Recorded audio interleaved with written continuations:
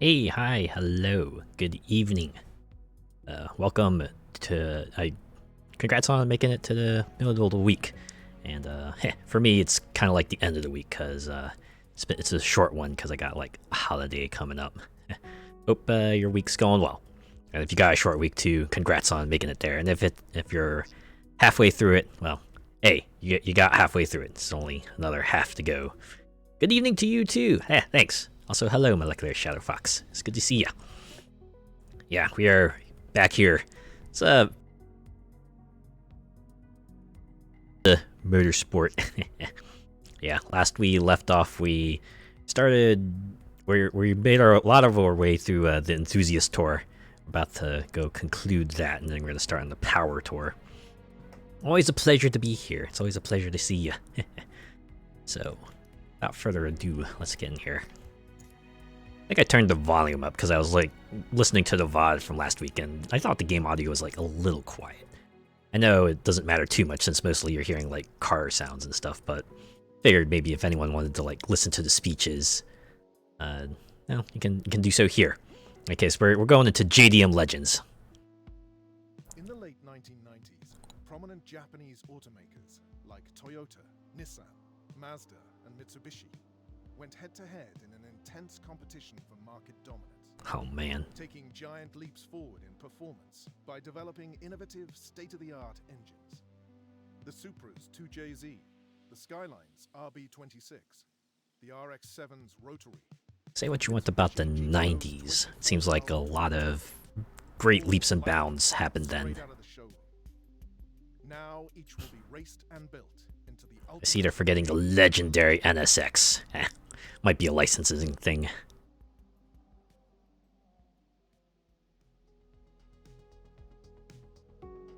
Fortunately, you gotta work with what you get, right? Okay.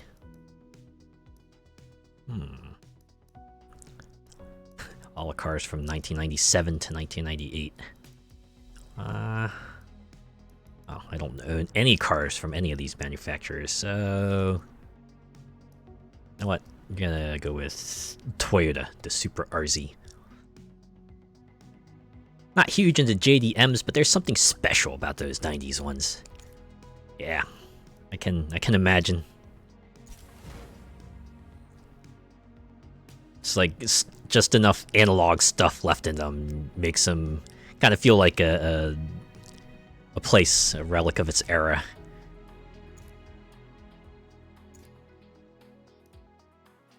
Don't get me wrong, I like all the newfangled stuff that's been added since then. I think I did mention it a few times, but yeah, things like built-in GPS and backup cams and stuff. Back when they all knew how to make cars, not crossovers and SUVs. Oh yeah, there is that. I don't know, I think I still see something along the lines of like, you know, the old style compact cars. I think my mom got one like not too long ago. Granted, that one was like, sorry, I forgot where I was gonna go with that. In any case, we are here, race 1 of 5, I believe, or 6. Okay. Use the hotel as your visual cue to stay far left and not to let off the power, because it's a great place to overtake cars out of position. The hotel, huh? Alright. Something raw and analog about those old school cars. Yeah, I can see that, right? Something about that where it comes in, you just have to... It's kind of like a puzzle, right? It's a puzzle you gotta figure out. All you got are some, like, rudimentary tools. You gotta piece together everything about it if you want to get what you want done with it.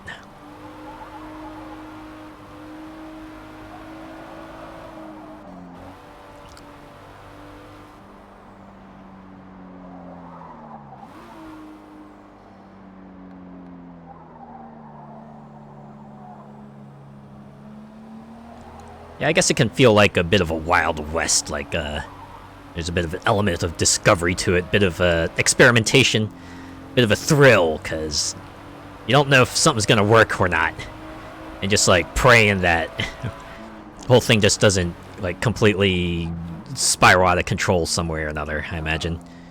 When you get it right, when you get it oh so very right, the results are real nice, I bet.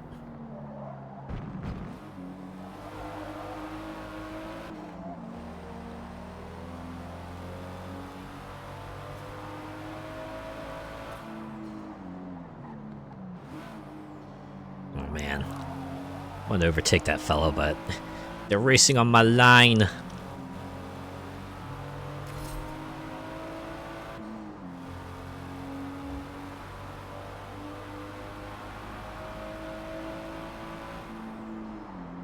Oh, wait, no, that was the hotel, wasn't it? The one where he's like, no, just you hold on to gas. Don't stop for nothing. And yeah, these are like some fairly gentle curves. I could probably do that.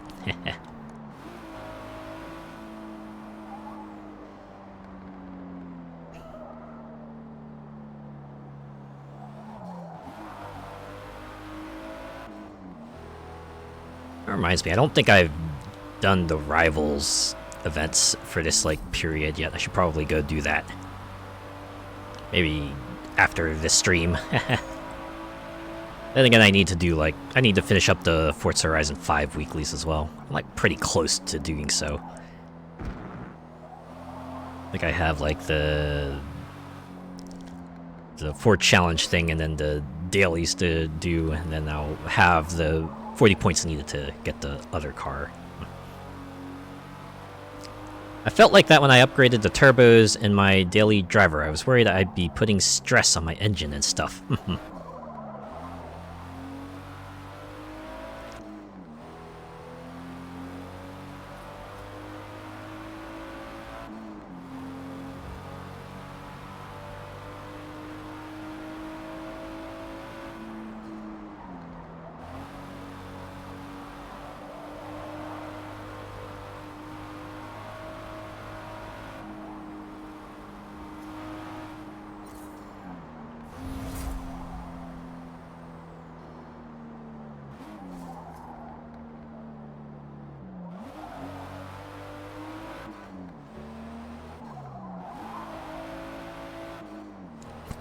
Also, pox on the dev who made us use an A-class Hummer for that cross-country championship.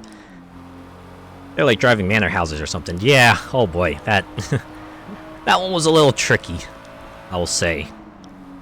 My goodness, it was a bit of a challenge to get those to turn and just not spin out of control. Copious amounts of rewind was used there, that's for sure.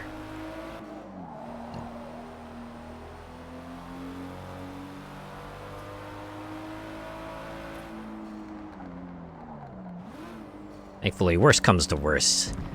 Usually there's a tune out there that will get you in a bit more of an advantage with the cars that you want to use.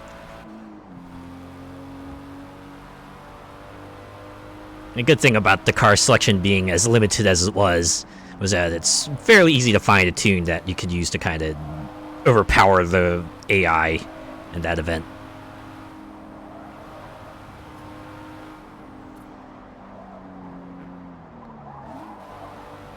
Mind you, nice change to see them use one of the final races for a change. Oh, I agree with that. It reminded me of that one month where they did have the seasonal championship. Each one was just like a one event thing, and they all used the finale event for their respective category. It was pretty fun, if long. Also, I think they balanced it out by having like another championship do like 5 races. So I guess maybe it wasn't all great. I went with the H1 with it starting in D class.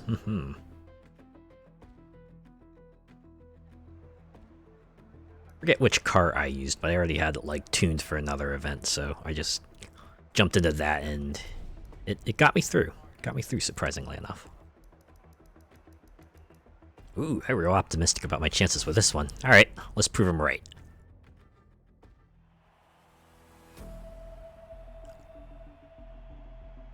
It's time to run circles around Hakone.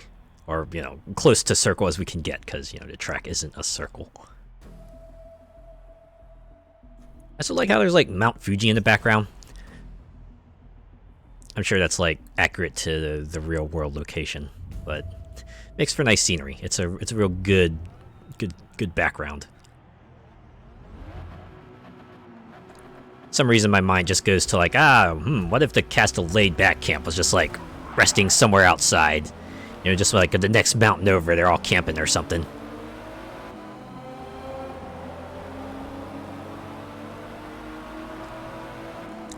I bet any money Forza Horizon 6 will be set there with it being the last Horizon.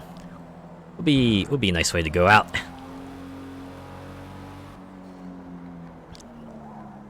I would like to see what sort of like underrepresented location they would pick for Horizon Festival Japan to be situated in.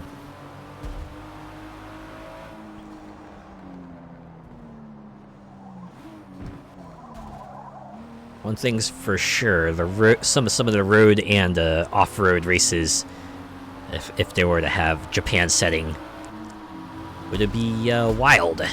Especially if they do like, you know, the drift down the steep mountain roads and all that good stuff.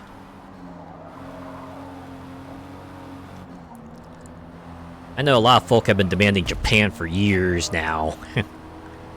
I bet. Reminds me of Assassin's Creed. Right, game that's all about assassinating people. People are like, yeah, it feels like should be pretty... Japan seems like a layup for that kind of setting, right? Although I do appreciate that series does branch out and showcase some other places. Like, they even had the smaller game series that kind of had assassins in other places that might not be quite as widespread. Like, was Assassin's Creed Russia, and there was Assassin's Creed China. And I think there was like a third game in that particular sub-series as well.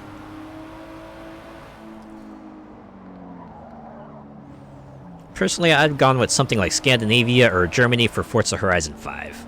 That'd be a nice scenic locale, but I guess since Horizon 4 was like in the European territory, maybe they wanted to try to pick a much more different location.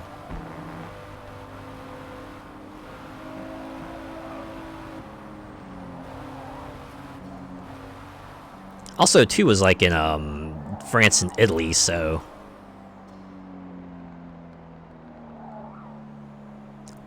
Don't get me wrong, Germany, Scandinavia still would be pretty nice, but... I think they did pretty well with Mexico.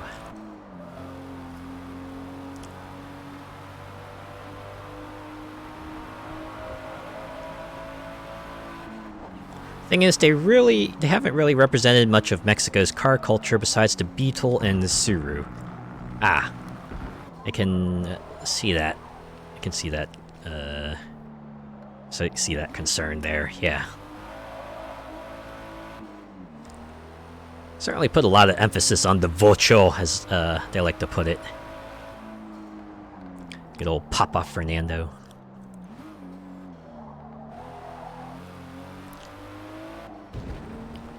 Yeah, it's definitely more of a location thing, I suppose.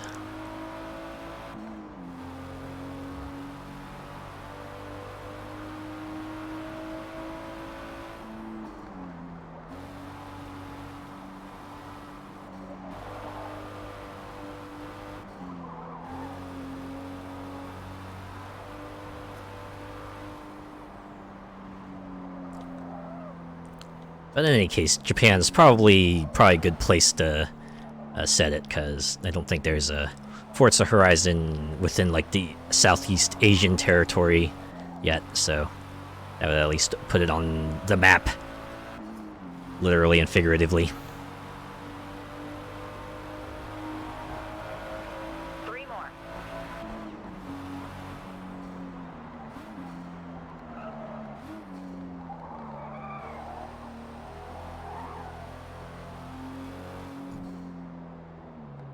Can see them having some motorway roads like they had on Gran Turismo. Oh yeah, like a whole highway circuit. I feel like that would be a pretty easy add.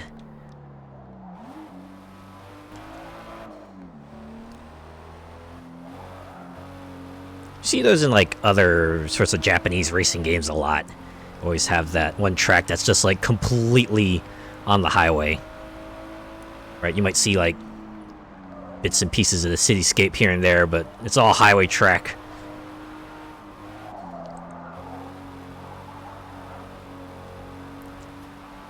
Definitely, I don't think you see anything like that in the US at least. Most of the time, if it's like a highway, it'll very quickly lead into a city street, or it'll go like on a straight line through the city. Very rarely do you get something that resembles a circuit through a city. Special stage Route 11 on all that. Ah.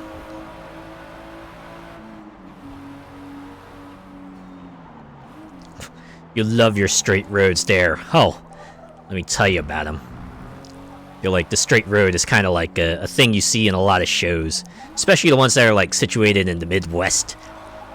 Someone just like goes for a long drive. You'll see the open road and one long straight road and maybe a building that they might stop by. I've always wondered what it's like to like go to work at one of those places. Like if you have like a diner or a gas station just like with nothing else for miles around, just what must that be like? Like for anyone who doesn't have like it's for them it's not like a local business, they don't have like a residential property close by. What must it be like just driving to work? It's got to be interesting.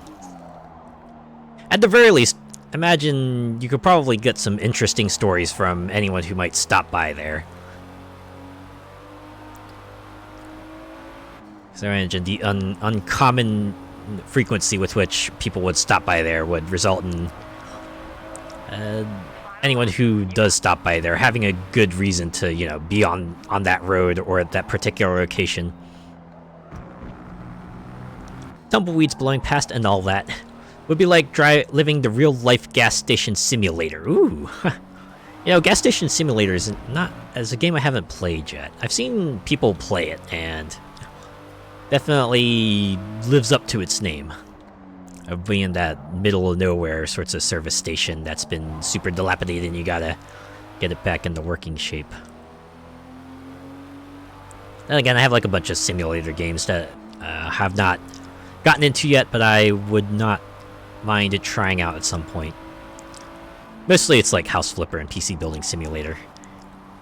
I did do Power Wash Simulator. That one was pretty fun. Pretty good, pretty relaxing, cathartic. I think I did Farming Simulator too, but that was only for kicks. I didn't go to it expecting anything serious. Oh, and the truck simulators, both Euro Truck and American Truck.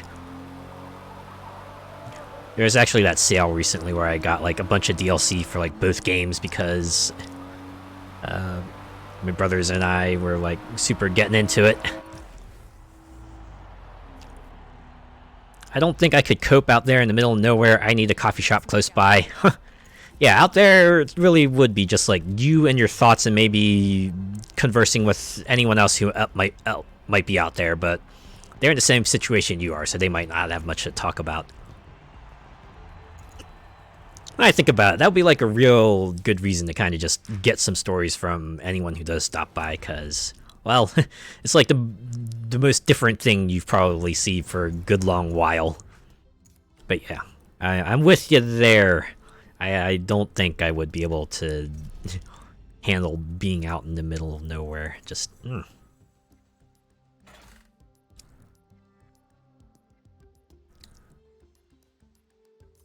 only imagine what it must have been like before you had the internet at the palm of your hands. I'm sure people manage, right? They always do. Anyone who works out there usually has a good reason to do so. They, you know, for one reason or another. Whether it be to like just escape, or just do something more mundane, or, you know, anything like that. Winning at Magello is all about stringing together multiple high-speed turns over the various elevation changes. Smooth is fast here. Family business that's been handed down. Oh, that's true. Yeah.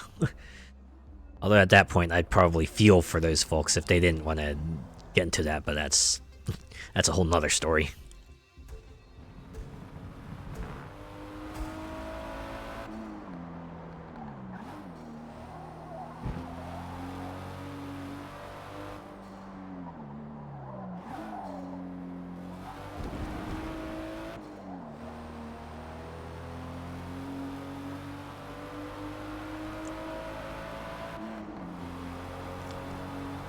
Yeah, I certainly would feel for anyone who might want to do something but might feel trapped because everyone seems to have different expectations of them, especially when it comes from the parental units, right? When they want you to do something but you want to do something else, they kind of rib you for trying to deviate. Kind of blows.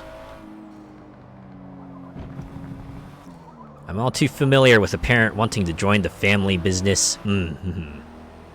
Get the whole guilt trip thing? Yeah, right? It's like, oh man, we don't want to hand it off to some schlub who might drive it into the ground. Or maybe it's like, oh, but we won't be able to control an outside person with an iron fist like we could with our family member. Neither of those situations are particularly great.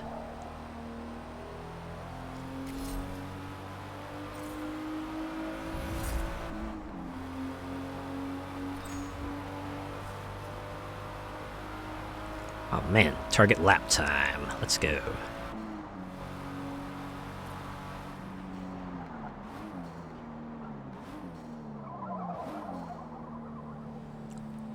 It's true what they say, don't work with family. It can only lead to World War III. Woo! It's harsh but true.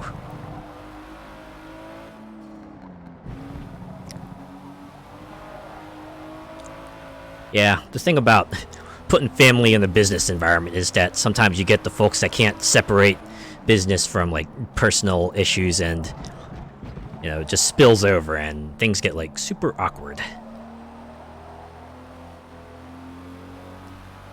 I think there was like a show here on Discovery Channel that was like people running a bike shop, and it was very much a father-son duo in there, and yeah, lots of family drama like just popped up in the middle of business, and just yeah, it was awkward.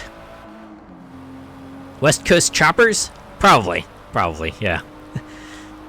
Honestly, it was enough that, like, they made a whole meme out of it, where they had, like, the two guys, right, the still frames of them just shouting at each other and doing other various animated gestures. OMG, that kicked off so much, right? I just cannot imagine, you know, being a family and just having a camera crew follow you for a very long time. Like, yeesh. At that point, you probably get, like, super guarded because, you know, whatever you do is probably going on camera, and you have no idea how they're going to cut that onto an episode and show it to the world.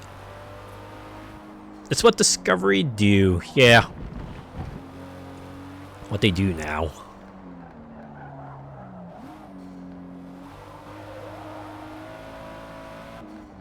Thankfully, there's still shows like How It's Made on that channel. Granted, it's not like a Discovery exclusive show. I know that was like a Canadian program that Discovery picked up, so...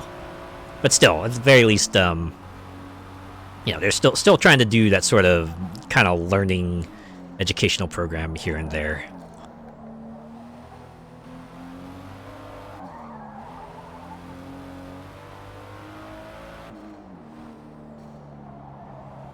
Yeah, I did talk about that.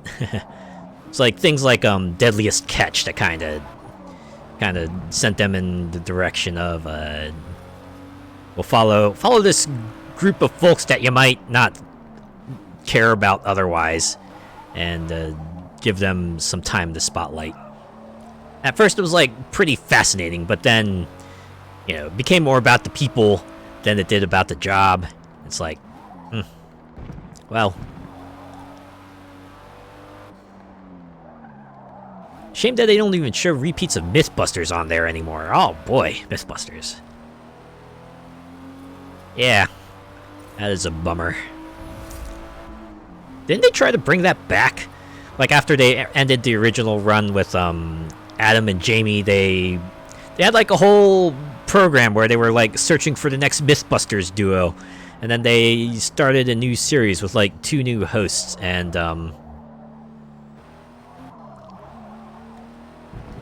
I'm not quite sure how many seasons they had of the new series. Yeah, they changed the cast and stuff. I mean, for good reason, right? Can't force the other guys back if they don't want to do it anymore, or if they feel like they had a good run, right? Don't want to pigeonhole them or anything. Can't have it without Adam and Jamie. Yeah, they contrasted each other nicely. Where yeah, Adam was just like the more expressive fella, and Jamie was a bit more stoic and deadpan.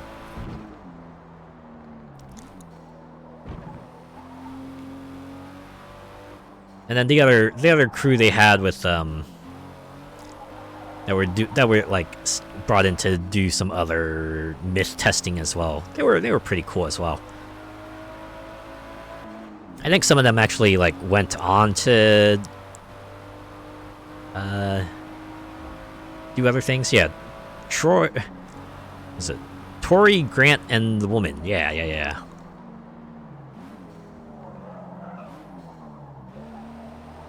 There were 2 actually, right? I think the first one was Scotty, if I remember correctly, and then she left, and then they brought the other one on.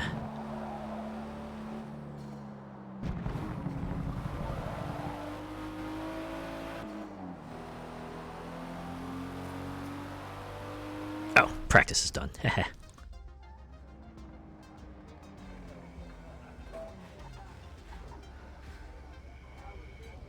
Yeah, I remember following the Facebook group for Mythbusters while the episodes were still rolling, and it was like pretty fun seeing them detail like stuff behind the scenes and upcoming episodes and things like that. I'd have liked a piece of Buster that everyone got at the end of the series. Ooh, that would have been fun. Maybe we'll see one of them like pop up at an auction somewhere. Maybe just show up in a museum or a traveling exhibit. Maybe when like the Mythbusters anniversary rolls around, we'll see a special on it. A whole cast reunion. Well, it can't be a whole cast reunion, because if I remember correctly, one of them passed away. Poor Buster went to hell and back. Yeah. Oh boy, it was fun seeing them like reconfigure Buster to try to accommodate whatever myth they were testing.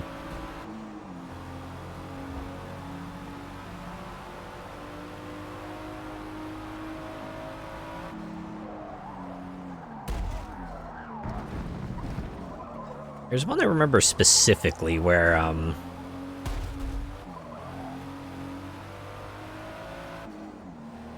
yeah, the one about hitting water is like concrete. Yeah, that one was interesting. Crazy, too, how much ballistics gel they go through just to keep Buster, like, you know, experiment-worthy.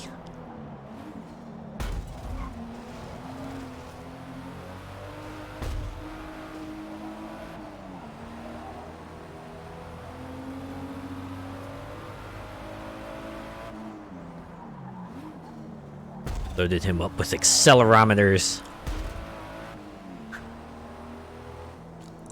Yeah, it was like you know, the experiments you would like do in grade school, but they obviously went bigger and flashier because they had a whole budget and a whole special effects team behind them, so they could go about as wild as they wanted. And of course, it made for good TV too, right?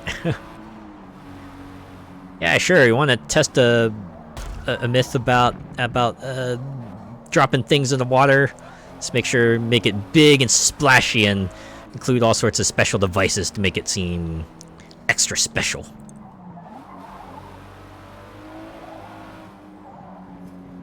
The one that shocked me was the non-dairy creamer and how flammable it is. Wow, wait, it is? Huh. That's also kind of scary. I'm guessing like whatever chemicals they use to sub in for like the dairy part, or just the combo of which made makes it very flammable. The stuff went up like a mushroom cloud. Ooh, wow. Oh, jeez. Yeah, it's kind of crazy.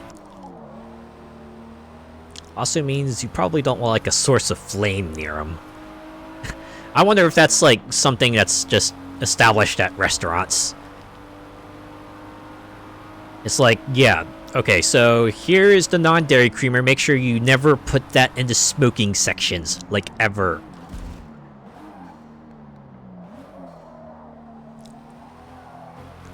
Or, you know, it's like you see someone bringing candles and stuff, make sure they never light them up. Even flour had the same effect. Ooh, I do know about that. About how flour is like actually very flammable and can cause explosions if you're not careful.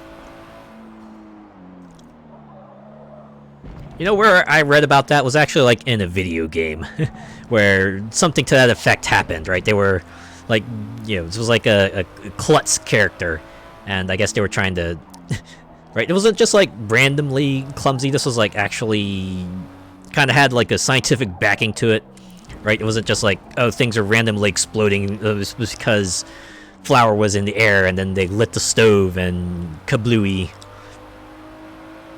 But after that, it was just, you know, nothing lethal, but just the usual shenanigans. Oops, whoopsie daisy. But yeah, to think they would like go to that degree to kind of justify it, kind of fascinating.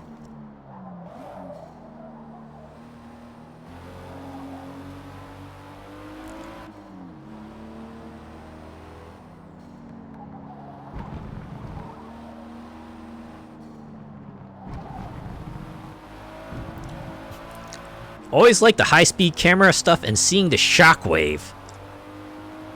Yeah, I like the ones where you can get like the super slow-mo shots. Didn't they do that with like when they shot an apple with a gun? I remember that because you saw the bullet just like enter the apple and suddenly the apple just like turns into applesauce. It was kind of wild.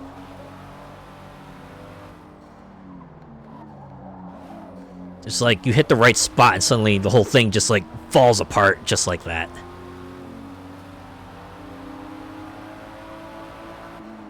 Oh boy, am I gonna make it to first? I got like 2 laps left and first place is pretty far ahead.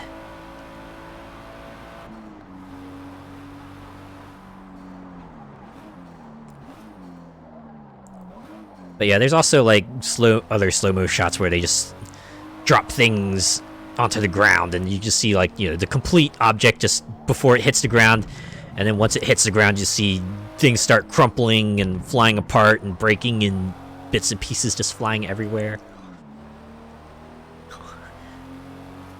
It's like something you wouldn't be able to see with your own eyes, just slowed down so you can just see it, how it all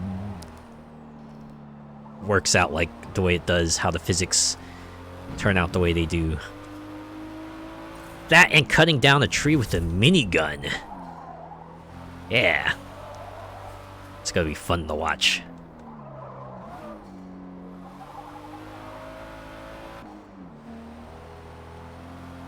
Yeah, anything with like slow motion fluid or something that's easily breakable or something with like a ton of parts, that's always fun stuff. When they did that with car crashes, it's like watching real-life BeamNG drive.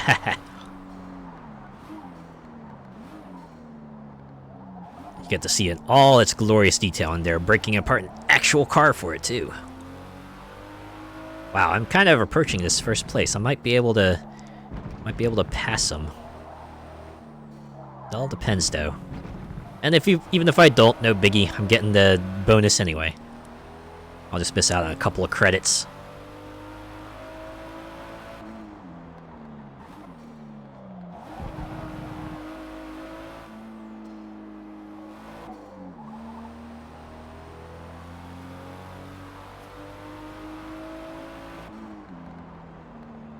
did see BMNG Drive had like a couple of updates. Maybe I'll go back to that at some point.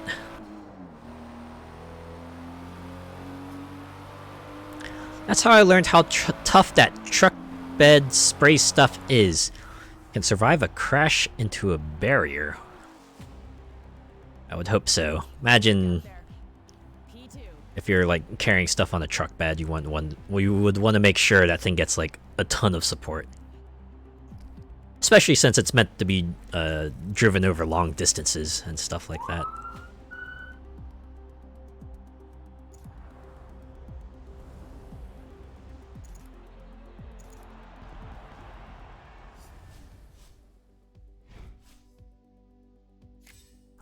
Yeah, alright, look at that.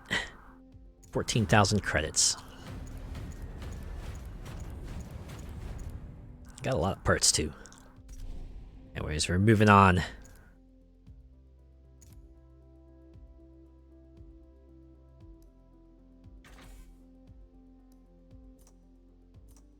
Ah, whoops. I accidentally pressed B, but thankfully I can just jump right back into it. There we go. And we're going to continue.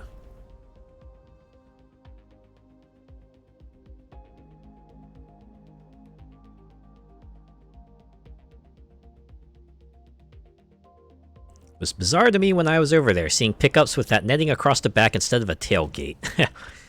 It kinda unsettled me as well. Could you imagine if that net breaks apart? Ooh! Won't be pretty. Including a complete resurface. We shouldn't have much trouble finding grip out there. But I feel like this is why that kind of stuff goes through some extreme scrutiny. And like the moment where it seems like something will be off, that you better believe that they'll make sure it's worthy, because last thing you need is a massive highway incident on your hands. That's the kind of thing that will put you out of business, I imagine.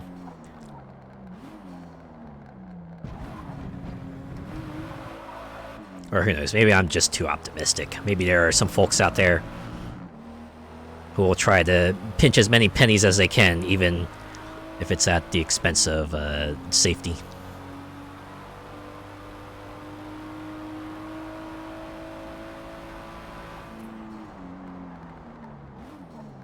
But I feel like even then, that's why they have those stickers and decals on the truck that's like, "How's my driving? Call this number."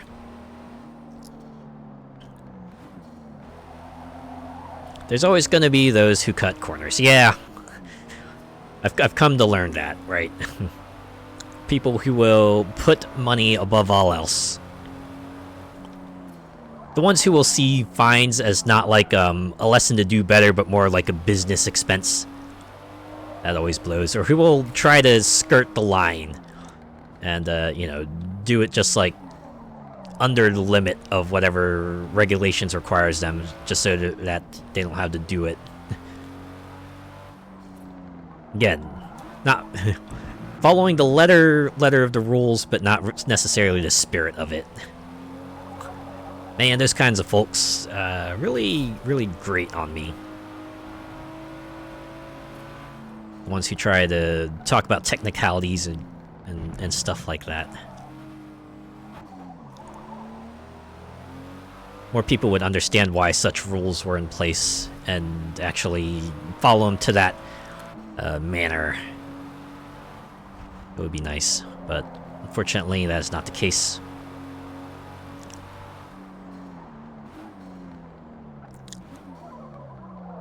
That's why I usually have folks who, or somewhere in the rules that usually specifies, yeah, we can also exercise our personal judgment if needs be. So if you get someone who tries to just fly under the radar all the time, they can eventually go, yeah, we're kind of sick of your stuff, and like cut them out entirely.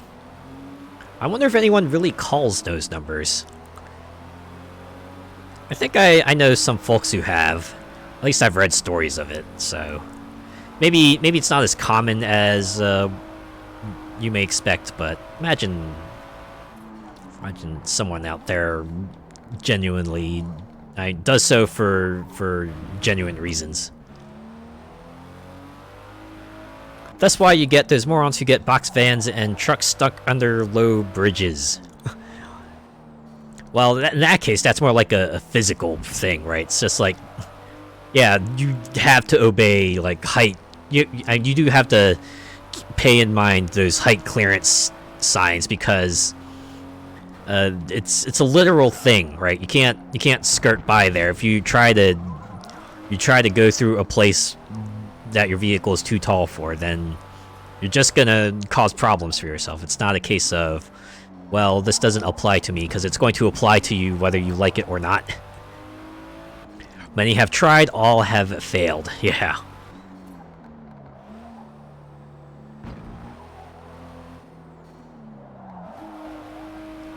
And it ends up causing even more problems than just, a truck getting stuck, because that's a lane that's gone, that's traffic that's going to have to be diverted. Much other people's daily routines will be disrupted. More folks you have to get out there to extract the truck and guide traffic around and make sure everyone stays orderly during the whole ordeal. And then you got the afterwards where you gotta repair the truck, find out who to send the bill to, or send a fine to, I should say.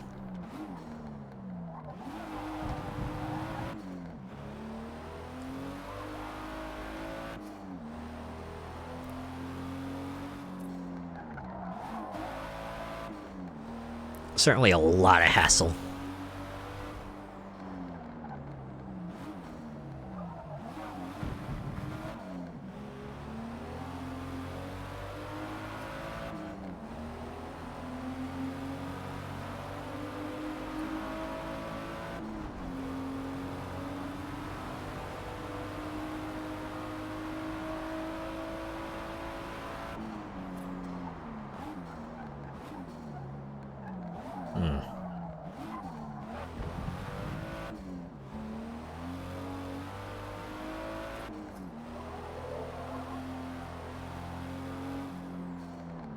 I did see the Steam Autumn Sale is on now. I'm guessing this is kind of like the extended version of Black Friday, because I know Steam has done something like Black Friday before. Although they might have called it like an Autumn Sale back then too, but now that their seasonal sales are a quarterly thing and not a bi-yearly thing anymore,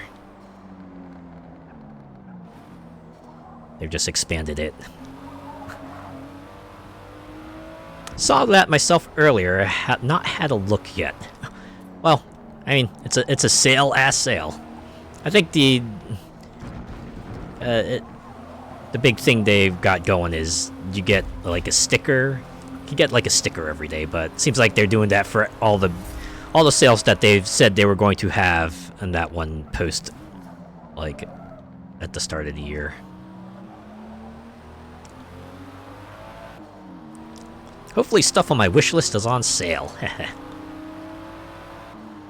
I did pick out a couple of games that have like a pretty large discount and that I wanted to get around to. Maybe a couple that weren't on the list. Trying to keep it small though, because I know next month they're going to have the winter sale, and then that one's going to have a lot more pomp and circumstance attached to it, so think for this sale I'm going to try to stick to games that are $10 or under and have like a pretty deep discount also.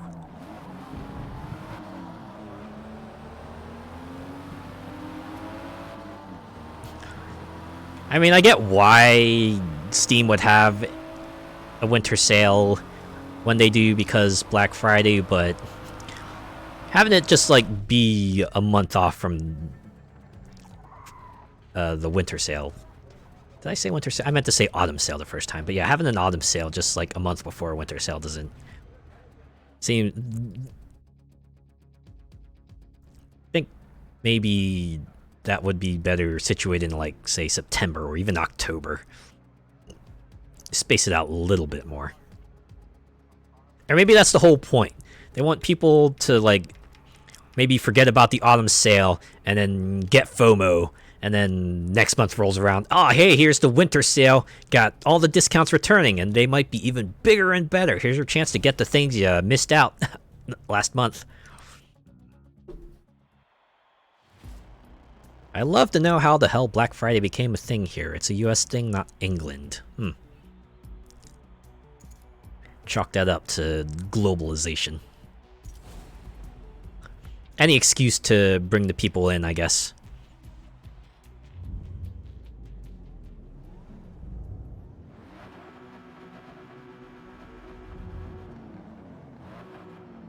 The Americanization of England.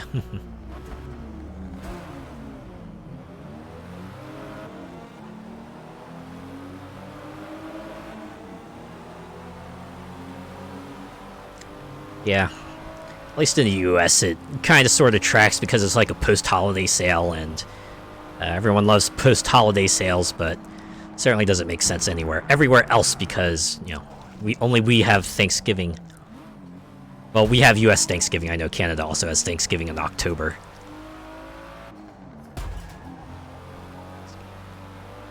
I should say Canada has their own Thanksgiving in October. It's not, you know, Thanksgiving as we know it. Alright, I need to get around these cars. I need to stop, like, hitting their backs.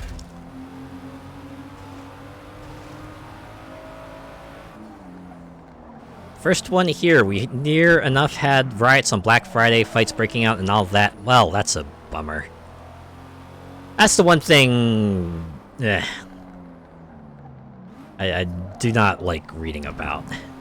I mean, I know they tend to be like the extreme cases, and, you know, most people tend to be pretty chill, but definitely those folks that will go to the ends of the earth to, you know, get that hot deal.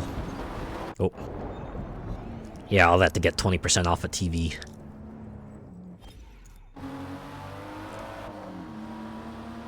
Yeah, it's like, looking back, maybe camping out of the store and potentially dealing with a bunch of unruly folk might not be, like, completely worth it. Doors open and you just steamroll over everyone. Yeah.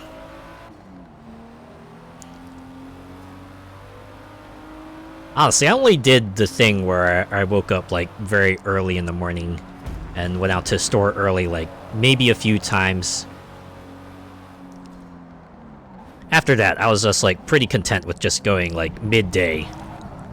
Right, it's like, sure, maybe I'll miss out on all the limited time, limited stock deals, but on the other hand, I don't have to deal with large crowds, unruly folk, or anything like that.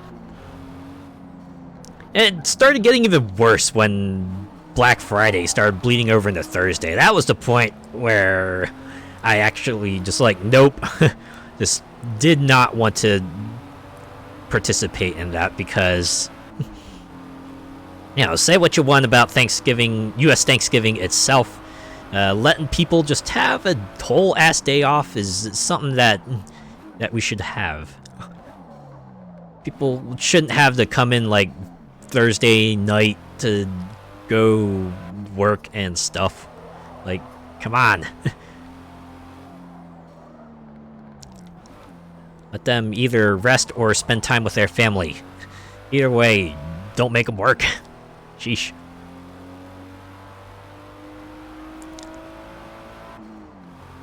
I was always glad to just stay home, right? Just stay home on Thursday. Bad enough having to work Christmas Eve. Yeah, right? Well, honestly, this would be like the equivalent of, like, you know, having to come in Christmas night. Right? It's like you wake up Christmas morning, you do your festivities, and then 8 p.m. you gotta go to the store because you got like the pre-post Christmas sale going on. Ugh. There would definitely be a stink raised if anyone tried to pull that off. Christmas night to get the Boxing Day sales ready. Oh yeah, yeah. Boxing Day.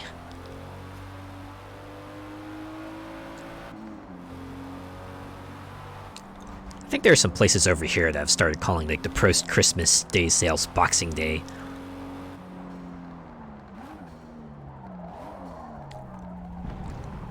I mean, functionally, it's like still a post-Christmas sale, but they're just attaching a name to it here in the US.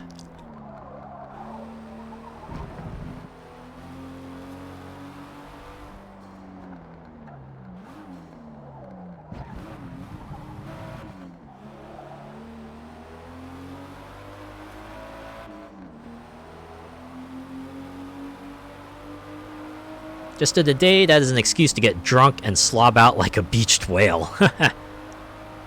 See, there's a lot more to it.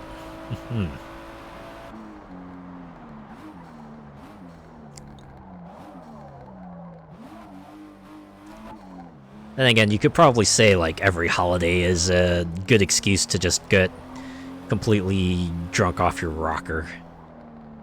Some maybe more so, but I feel like a generous helping of alcohol is just tends to be part and parcel for a holiday, especially when you're around like college age.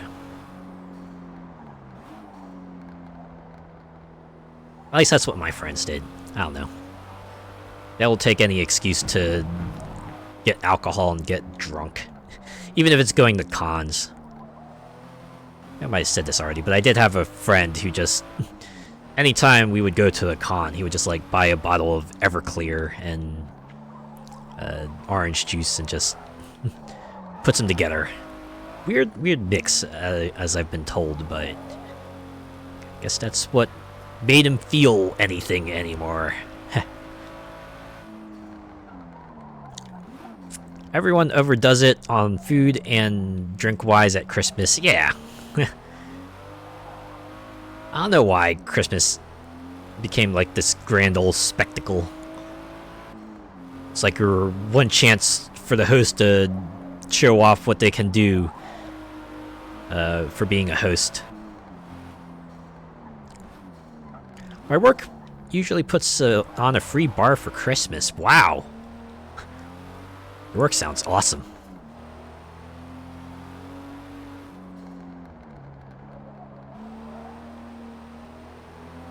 One word, commercialism.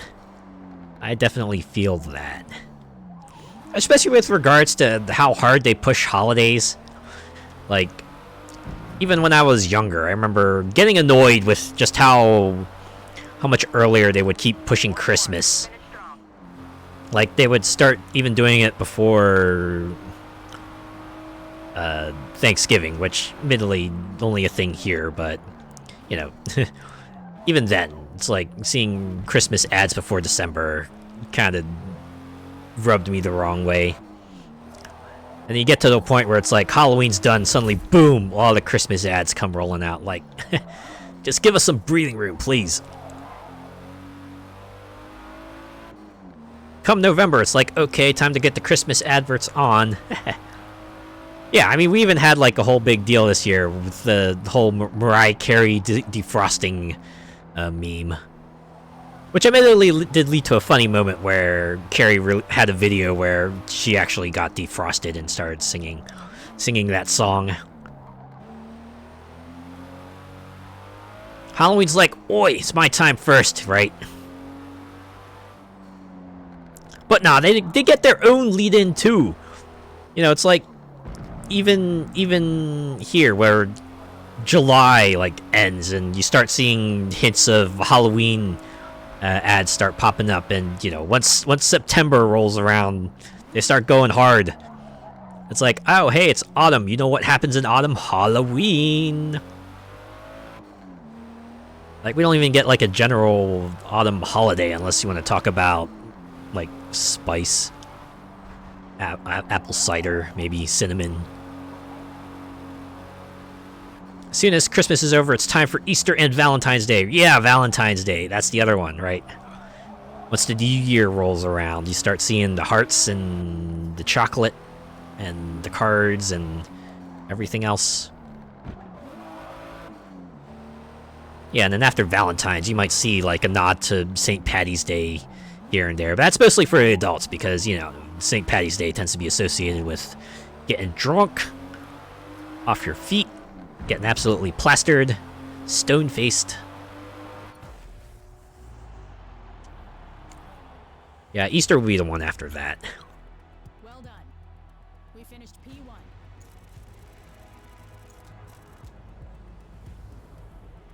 You know what shocked me? Oh.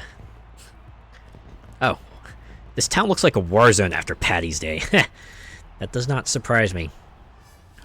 When you give people an excuse to drink tons of alcohol, and when they consume that alcohol, and, you know, they start becoming more unhinged because of the alcohol consumption. You put a lot of people in the same place.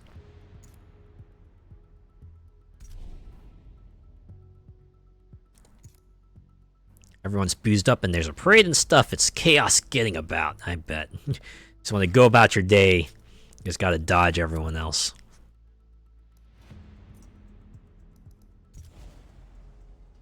Hey, the Nürburgring. Fights breaking out. It actually reminds me of that one time I was in college, and my college football team, they like won a game one week, and I remember because I was chatting with my parents, and they were going, "Hey, you saw your college team won? Are you out celebrating?" I remember even then I was like hearing this like low roar like way out in the distance because I was like pretty far from the college square. I'm like, nah, I'm not getting near that. And I just remember waking up the next day and just reading about, oh yeah, there was like a big riot that broke out around the college square. I'm like, well, good thing I stayed at my place. Whew. I think in hindsight they really didn't they didn't bring it up either, except to say, yeah, you were probably right about that. If it's the Orange Men, they have to be out of our town by 6 p.m. Ooh. Yeah, that probably tracks. Glad I missed that hot mess. Ah, yes, that was exactly exactly what I was thinking, actually. I was like, yeah, you know what? At least I'm reading about this in post and not, like, you know, actually a part of it. You can only imagine what must have gone down there, right? The police just, like, coming out there and cuffing anyone who might be showing signs of unrest. Times were different. Times were definitely different then. Or, you know, people just, like, possibly getting injured, property being broken. Maybe anyone just, like, generally being scared for their lives, maybe, as they watch everything go down. SWAT team turning up, chopper sand, all of that. That's a whole episode of Cops right there.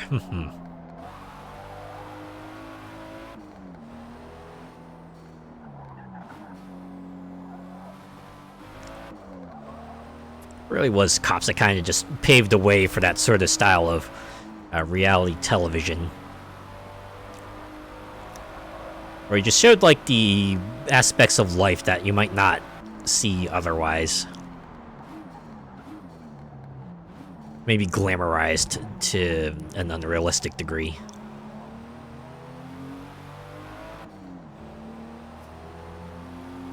Is that show still going? Forgot to check. AKA the people of Walmart. Oh, man. I have heard about that site. I have seen, like, the occasional picture here and there, and... whew. Yeah, I guess when you got, like, a store that's open 24/7, right? That being the one store that you can, like, get to for any reason, at any state. Yeah, you're gonna see all sorts of interesting folks pass through there.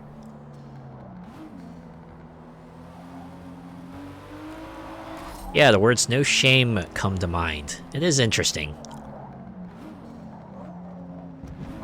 Like, sometimes you do grow up expecting that people will follow a certain set of rules, and for the most part they do, and then you got the folks who, for one reason or another, don't, right? Either because they think they have the strength or the charisma to kind of just power through it, or they really just don't care, or maybe they never learned about him.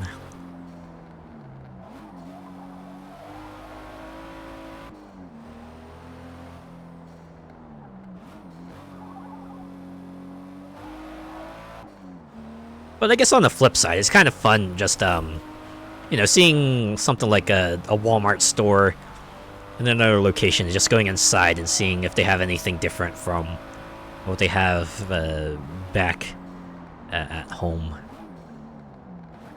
Like, I remember when Walmart Supercenters used to be a rarity, right? Because before, they had, like, the regular Walmarts, which didn't have a grocery section.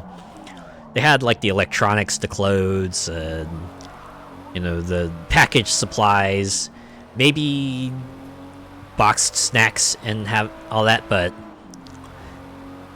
the places that had, like, things like fresh food and the groceries and produce, they were called, like, Supercenters, and it used to be, like, a big deal if you, like, found one. And, yeah. But now, it's, like, a lot more uncommon to see a Walmart that does not have, like, the grocery section in there. It's interesting how times have progressed. I think Target's, like, gone on the same route, too. Like, I remember Target was also, like, sort of similar where, you know, they did have, you know, just the clothes and boxed snacks and electronics, books, what have you, and then they had, what do they call them, like, Super Target or something like that, but yeah. They started introducing groceries, but now it's just like, yeah, go to Target, and you kind of expect there to be some sort of groceries area. Not as big as Walmart, probably, but they definitely have it. Them things are just too big. Oh yeah, that has been the complaint for a long time, right? That any time like a big box store opens up, they kind of just crowd out the local businesses, which is a shame. That's why you get things like, in addition to Black Friday, they have like Small Business Sunday, or Saturday, and Cyber Monday, I guess, to try to put the focus on other things. Target's game section is on point. I did like that they have a bunch of like extra things, extra video game related things, so not just video games, but they also have like game related paraphernalia.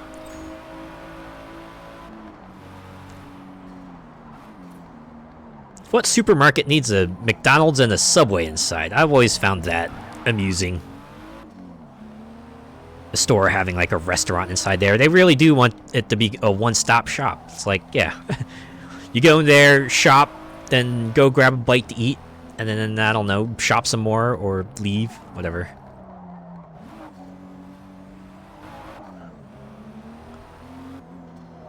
But yeah, even grocery stores might have something like, say, a Starbucks stand where you can go buy your coffee, or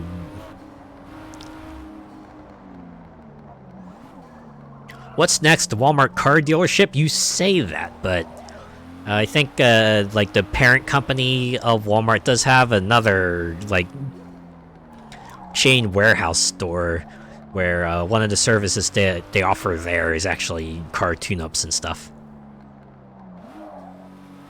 Then again, it seems like most warehouse stores here do that, because I know Sam's Club, it's the one I'm talking about. Some of the places do have like car tune-up services, and there's another one, I believe BJ's also has like car services sometimes. And then I forget if Costco does something like that, but I wouldn't be surprised if they do.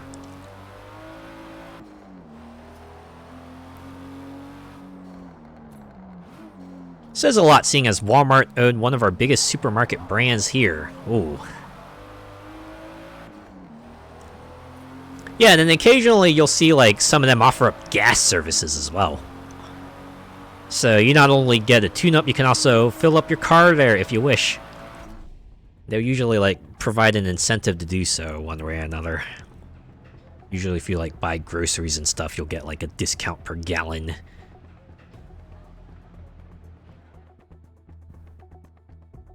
Our Asda stores are pretty much the size of a Walmart. Oh my. Are they like that sort of same superstore brand where they not only have groceries, but they also carry things like electronics and clothes?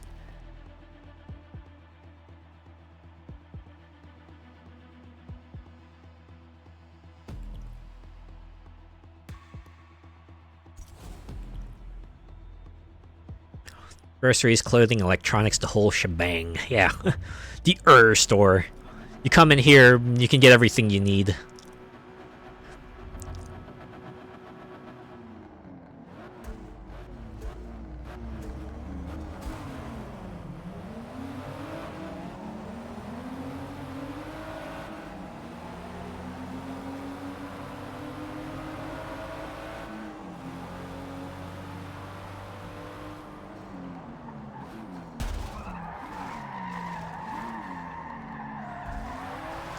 Yeah, it's kind of a bummer because it does like crowd out the specialty stores, or at least, you know, the stores that would hyper specialize in the particular thing and be all the more fun for it. Like, you know, as convenient as it is to go to somewhere like, say, Target or Walmart to just grab a video game, some associated merch, and, you know, be on your way. Something fun about, you know, hitting up that local game shop and seeing how they do stuff, right? Because most of the time they're not carrying, like, you know, the current games. They might also have, like, a retro section, too. Or they might have, like, merch that you might not see in a big box store. And, you know, usually the staff there are pretty well-versed in the knowledge of video games, so it can be fun to strike up a conversation with them. All that sort of stuff that you can't quite get with a big box store. Imagine it's the same thing with clothes shops, right? Like, there was one place I lived at that had, like, a couple consignment stores in the main square. And I never entered one, but it was kind of fun just, like, seeing them put their works on display and just seeing them change as the seasons passed as well. This is why our town center shops are nearly all empty. It's a bit of a shame, that. I guess at the very least, comic shops and maybe like specialty gaming stores haven't been crowded out completely yet. Because, you know, while the big box stores do have things like board games and manga and comics, they tend to be the popular stuff. So if you want something like more specialized, you'll have to hit up one of the stores, specialty stores, to kind of check it out. I actually remember the first time I entered a comic book shop. That was like back when I got into Pokemon trading card game, and I needed like specific cards to fill out the decks I wanted to build. So I had to go in there, and it was going in there the first time was definitely fun because it was just like entering a whole new world.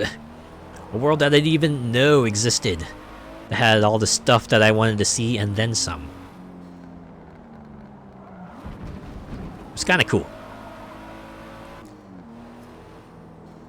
We're drowning in charity shops and restaurants. Ho-ho. Yeah, I've definitely seen a fair share of restaurants open up at the places I used to live at. Maybe not so much charity shops.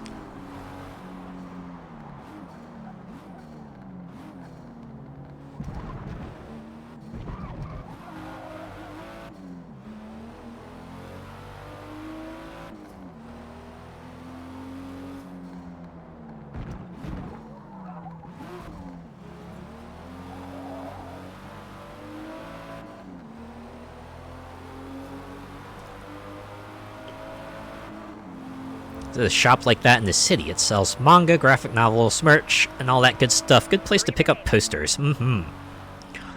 When you find that store, it all just feels right. It's like all is right with the world.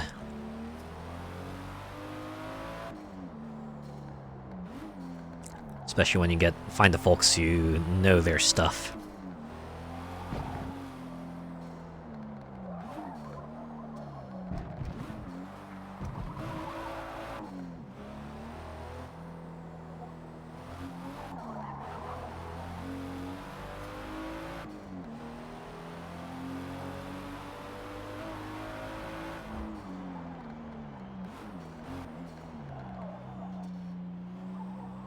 I had to say, there was a bookstore I used to frequent. It had like a pretty good staff on their crew too. I'm not quite sure I was going with that. I just really like that bookstore. Wish they stuck around, but they closed up shop like a long time ago. Such is the times, right? Things come and go.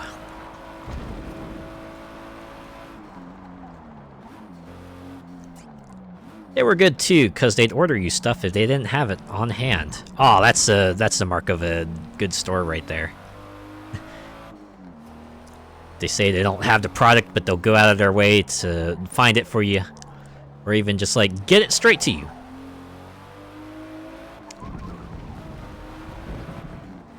That's pretty good customer service.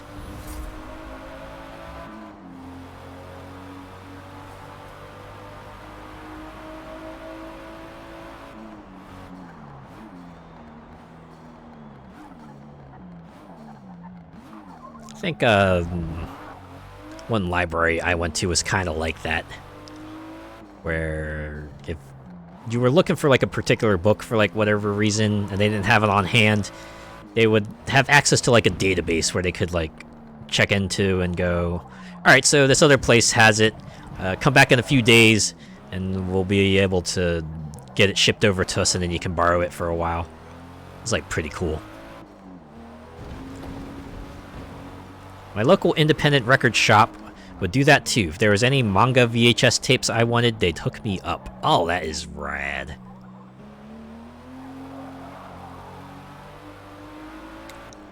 You feel like such a backroom dealer too. It's like, oh man, you got the hookups, right? They'll get you what you need, get you what you want.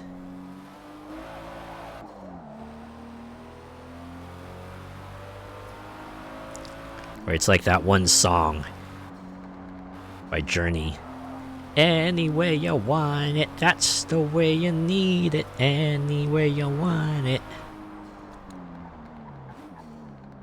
Or what was that other song? I get you just what I needed, just what I needed. I remember that song being used, actually used as a commercial for like a delivery company, and I could see why they would do that.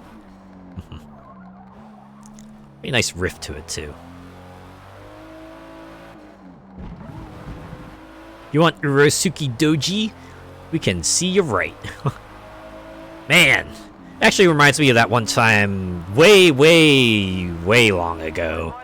I remember visiting my cousin, and he was like, hey, you want to check out this cool series I got? It's called Trigun. He just pulled out a cassette tape, a videotape, and stuck in the VCR, and we watched like a couple episodes of that. And yeah, that sure was something.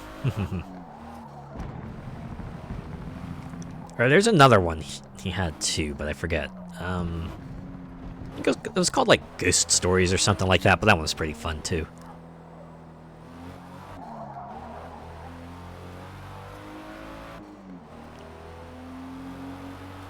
I guess I have like Trigun on the head because there was that one thing I encountered in Sea of Stars where someone just basically made a Vash the Stampede statue as like part of a backer reward, and I'm like, huh.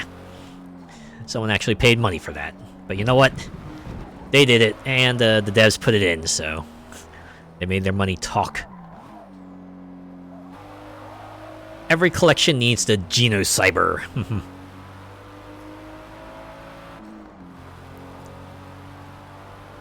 What is that series? I have to admit, this is the first time I've heard of Genocyber.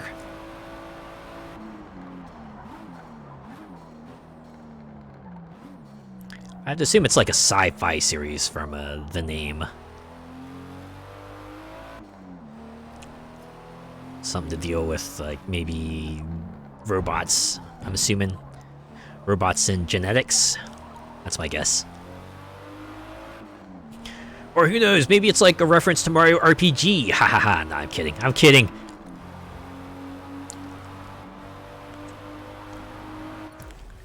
I have not picked up the Mario RPG remake on Switch, although I've heard it's like pretty faithful.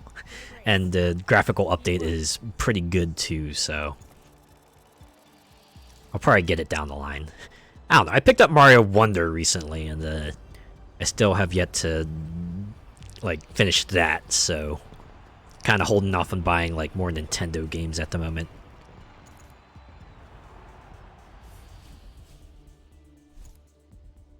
Well, that's 17,000 credits.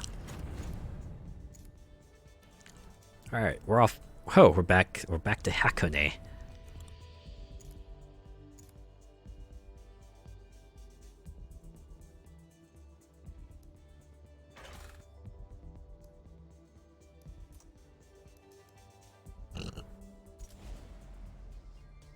Yeah, it's about a girl who can transform into the Genocyber, cyber monster from an imaginary world.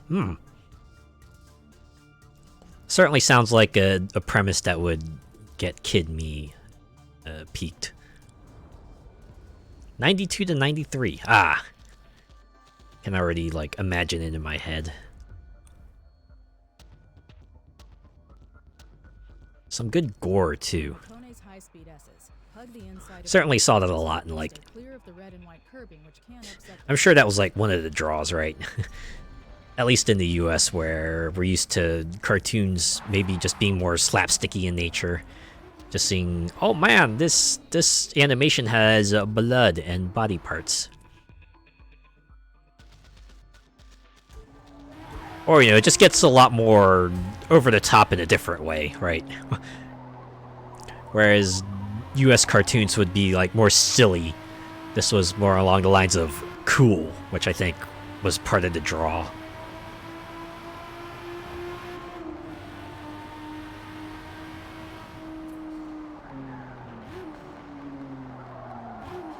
Probably helps that it felt like escapist shows too, especially the ones that came over. Like, something like, say, Sailor Moon, Dragon Ball Z, just showing, like, people with, like, superpowers or magical powers. Right? You weren't just, like, some average person, you were, like, a person who got to do cool stuff. You fight villains, you save the day, and you get to romance other folks too. I was like, man, that all seemed so idealistic, right? Idyllic. It was the kind of peak you wanted to reach. The ideal you wanted to reach, I guess you could say. Prime example is the first time I saw Fist of the North Star. I was shocked at the violence. Oh, right, yeah, that one. It's like, yeah, you will be dead in a few seconds, and then they just, like, freaking explode. It's like, wow.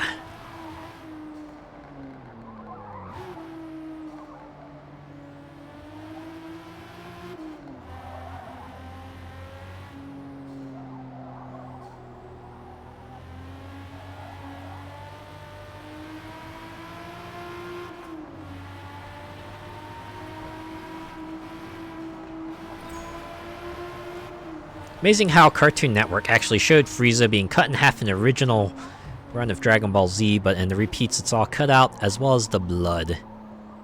Yeah, tightening of standards, I have to assume. Guessing Frieza being, like, very obviously not human might have allowed him some degree of leeway.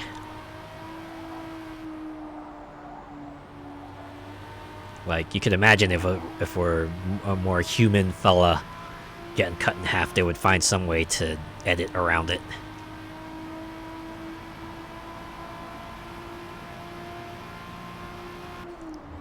But yeah, that was the kind of thing they only clean it up for TV, right? If you got like the uncut DVD version, you would usually get the scenes in full, or at least as full as you could get. It would definitely be a lot less edited than they might be on TV.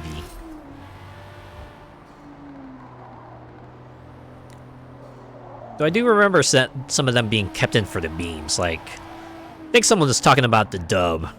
Like, you remember how over 9,000 was a gigantic meme back in the day. Then the TV version kept in the 9,000 line, but in like the home video version, they changed the line to 8,000 because that's what they actually said in the Japanese language version. Or actually, that's what the Japanese translated to, I should say. Like, I remember they said they changed it to 9,000 to match the mouth flaps, which makes sense, but imagine times have changed since then. Although some memes never do.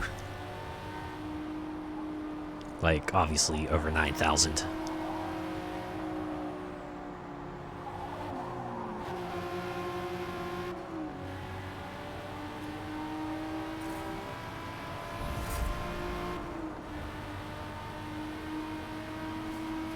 Always like that. Ooh, gee, look at my boy Vegeta.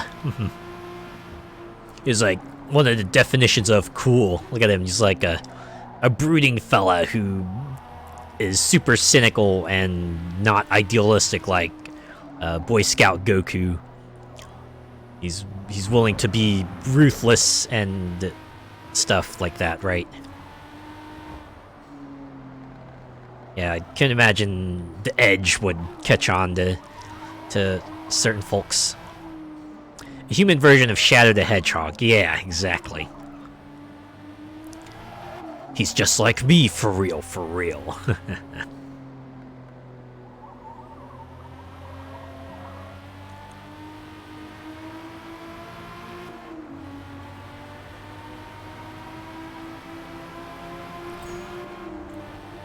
But hey, it's always nice to have that one character you can feel like you can completely relate to. I definitely get that. Whoever that may be.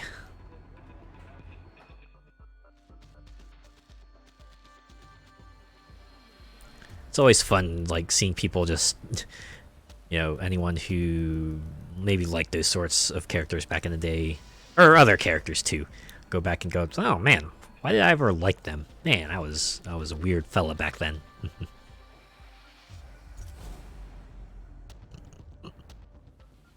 I was always on the side of the villains in shows.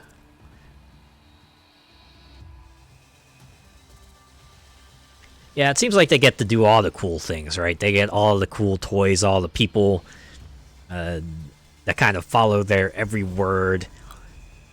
And gotta admit, just having the idea of just having, like, say, a giant base or a giant airship or whatever they might command their forces from was, like, pretty cool thought. There was actually, like, a period of time in middle school where my friends and I just, like, all role-played supervillains. We were all, like, secret folk fighting a secret war, all piloting airships and stuff, and, like, just carrying out secret ops against each other.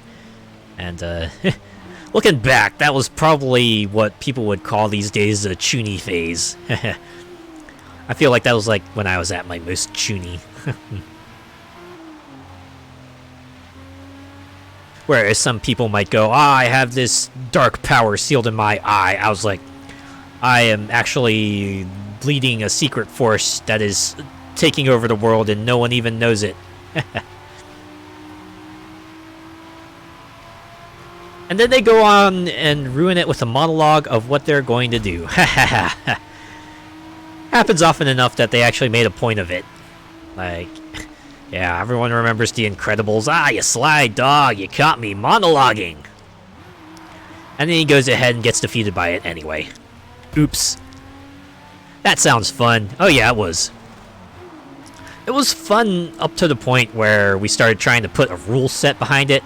It was a lot more fun when we just said, ah, we did this thing, but when we started trying to, you know, go, okay, so let's try to like put stats to all of our stuff that we say we have, and it was like, that's when we lost interest. I guess it's like more fun when you can do things off the cuff. And I also have like times like that where they had just like impromptu roleplay sessions.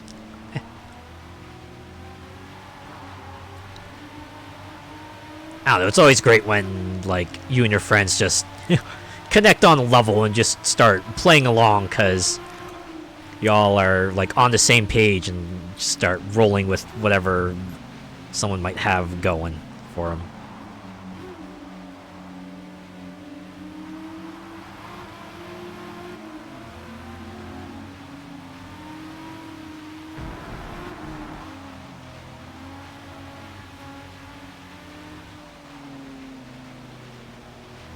See, we got the rain here.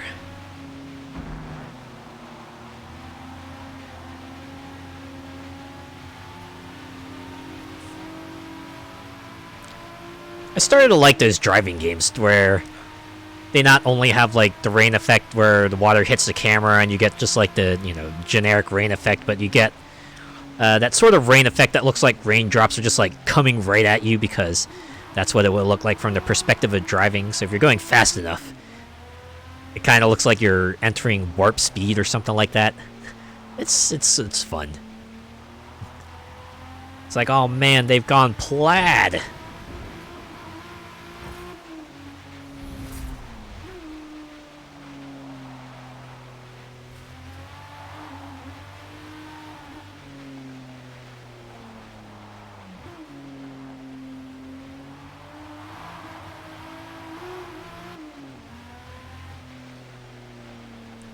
Raindrops that look like lines at high enough speed. Yes, that, exactly.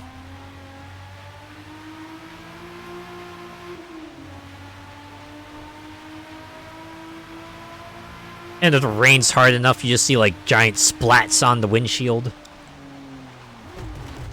Oop.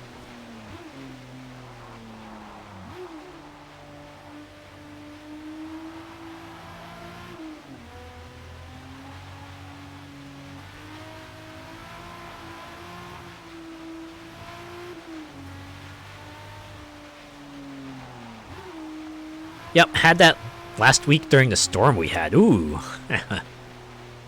Put the wipers on the highest setting. Yeah. Although I imagine that would be harrowing when even the wipers on the highest setting doesn't get the rain cleared fast enough. I have been in a situation or two where that happened, and best you can do is just pull over and wait for the rain to recede, if even for just a moment.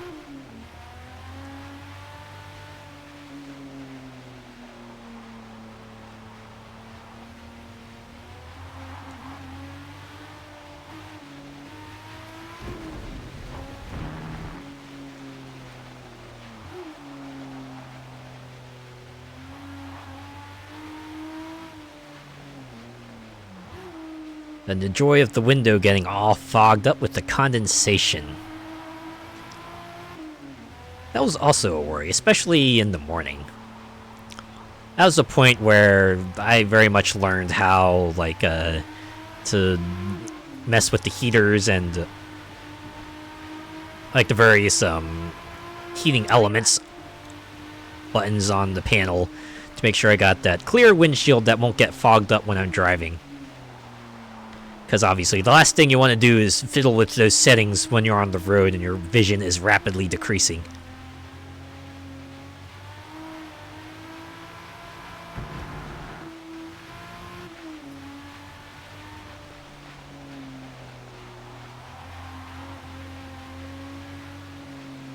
I keep a cloth too, just in case. I used to do that too, but that ever is only like a temporary solution, or at least a last resort.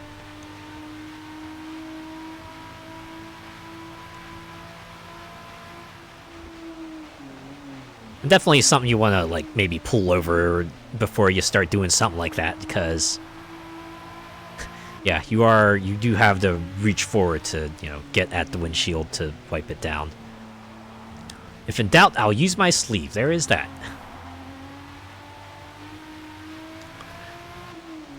Although if I do that, then the shirt will go straight into the wash. Because hey, it's not just condensation I'm wiping off there.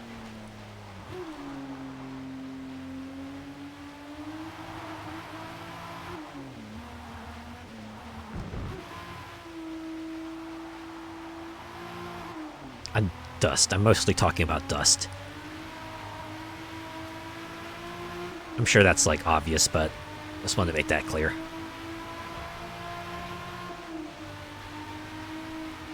Oop.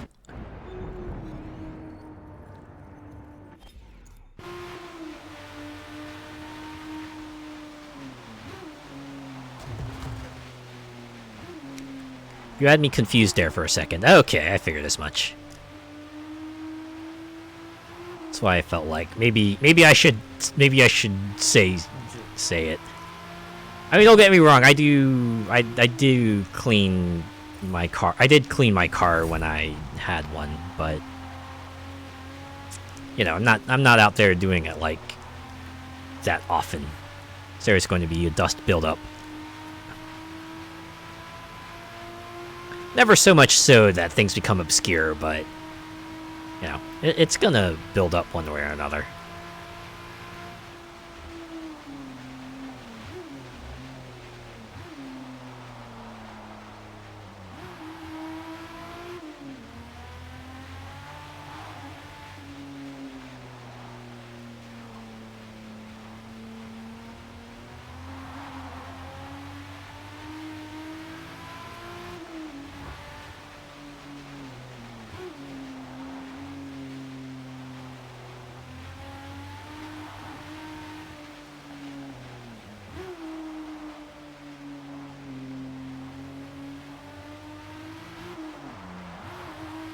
Yeah, still remember the first car I drove. It was like a car that I got from my neighbor because they were moving away. And we ended up getting a good lot of mileage out of it. Like, that thing got me through, like, a lot of grad school, actually. The 2 years I went to grad school, I was able to use that car to kind of get to and from where I was, so it was, like, pretty cool. And I think once I got out of grad school, the job I went to didn't necessarily need a car, so I just left it with my parents, and then they used it for whatever. I remember when I was taking apart my project car, there was a dead mouse in the gearbox. Oh god! Man, that's always a fear of mine. I just open up a thing and I'll just find dead animal. It's like, yee! I mean, don't get me wrong, I'll make sure to properly handle it, but yeesh. As long as it works and gets you from A to B, that's like my philosophy. Well, at least it was. I don't know, there are some other things I wouldn't mind too, like, you know, Bluetooth connectivity to the phone, or for musical reasons, or even GPS reasons. Backup cam, I think I mentioned that like a bunch of times. Maybe sensors as well.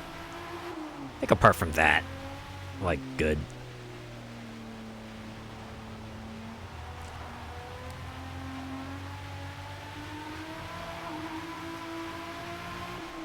Overhead cam isn't... I wouldn't say no to an overhead cam either. That's always good.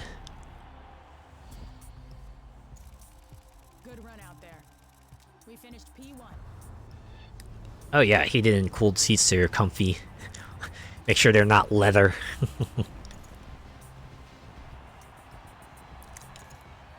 You think they're rad, but 9 times out of 10 they're either faux leather or they're unbearable during summer.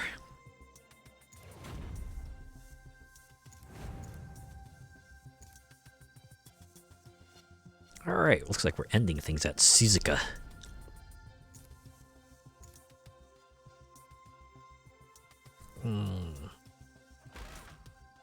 Summer, regret having a black car. Yeah. But you wouldn't want a white car either, because those might get, like... It would be very obvious when it gets, like, dirt and stuff on them.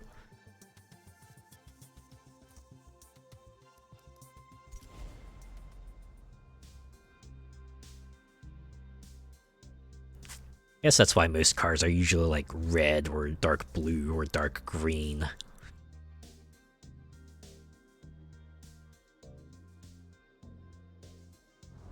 Rarely do you see something on the, like, the lighter side of the color spectrum. Maybe yellow. Someone's written "clean me" in the dirt. Suzuka features noticeable elevation changes. I've seen that before. And a mix of almost every type of corner. So keeping your speed up and consistent is critical.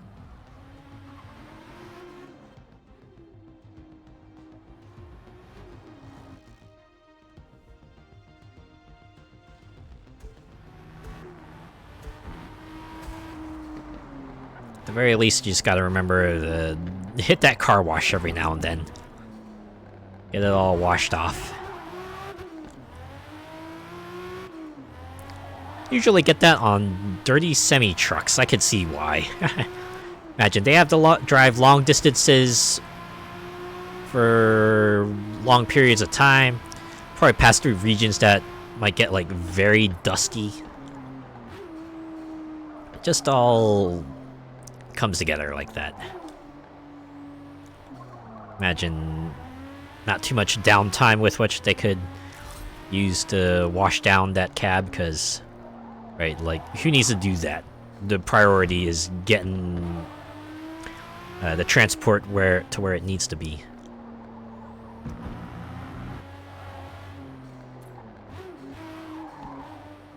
That road grime you get in autumn and winter. Oh yeah.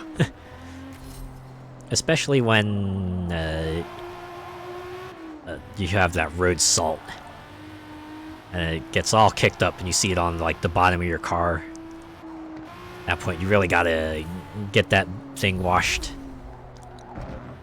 Once the warmer seasons roll around.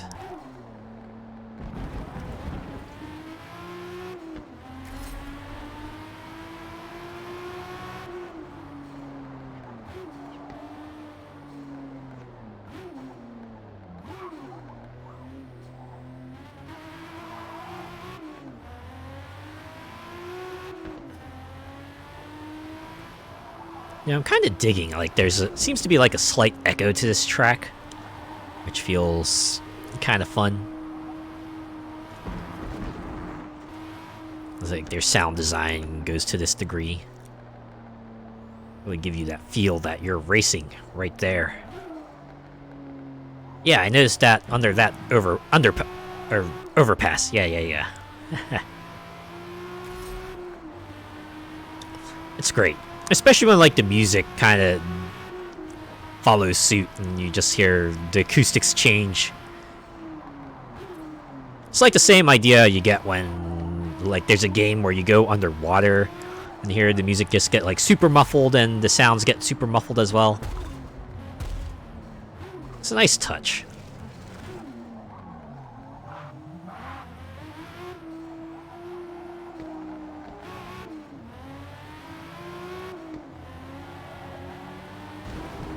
Alright, we'll pass them here.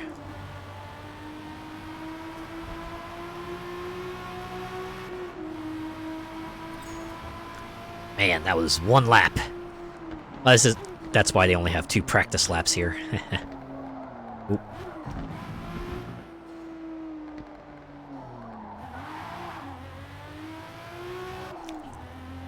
One of the reasons I like the tunnels in Horizon, especially with the anti-lag turbo, sounds like a gun going off. Oh man. You can only imagine that pop and just hearing that reverberate. It's gotta be wild. Definitely what makes it sound very punchy.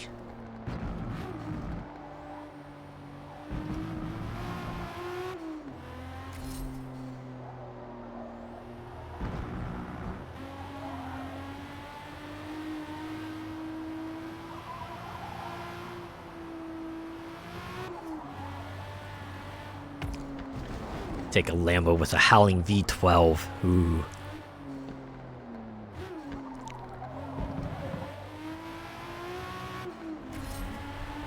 That has got to be fun.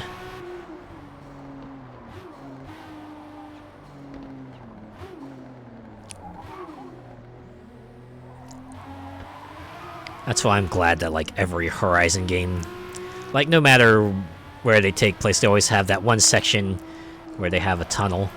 And of course the one section where it's just one really long highway, so you can just put the accelerator to the floor and just go really fast.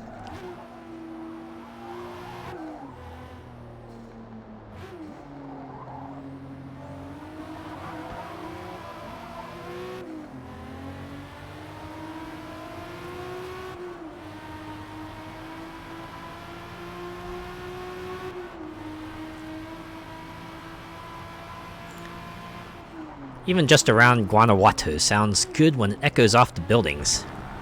I bet it does.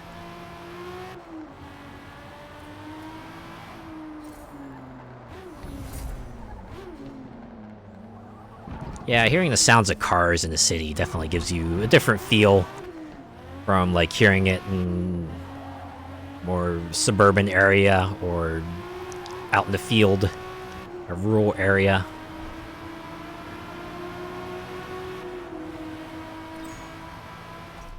Makes it sound a lot more chaotic, I bet.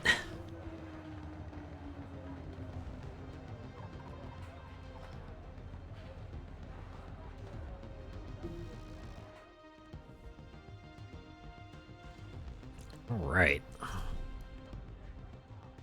Oh man, still predicting a first place victory. Well, they've only been wrong once so far. Hearing more V8s in my road these days.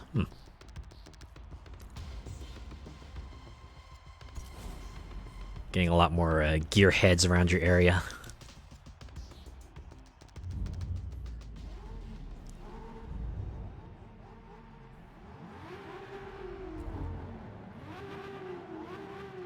I don't know, it can be fun to listen to sometimes, but at certain points in time, right? Like, if you hear it during the day, maybe it's not so bad, but if you're, like, trying to sleep at night, that's when it gets annoying. Since they started selling the Mustang these days. That would explain things. God dang it.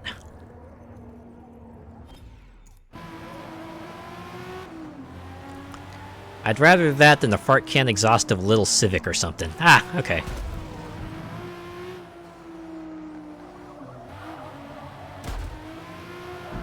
I suppose there's a time and a place for everything. Oh man. Well, I noticed there's one car in the grass there.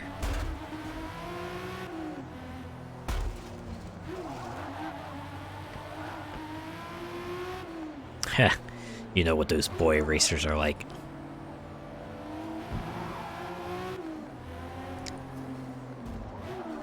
That I do.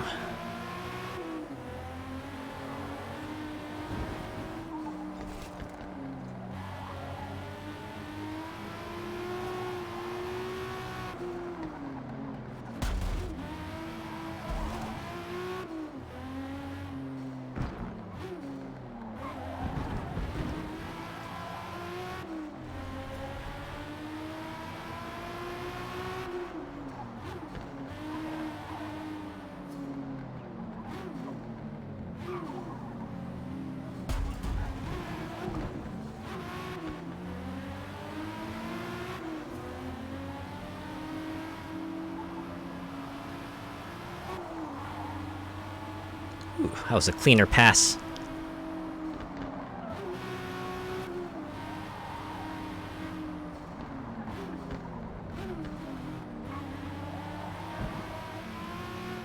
Probably could have passed that one. And I did.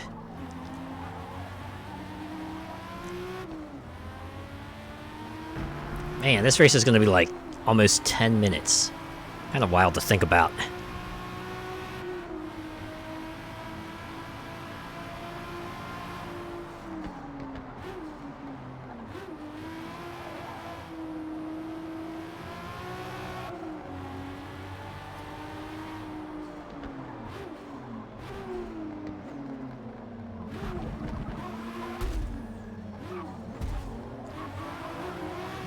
Ah, Casio.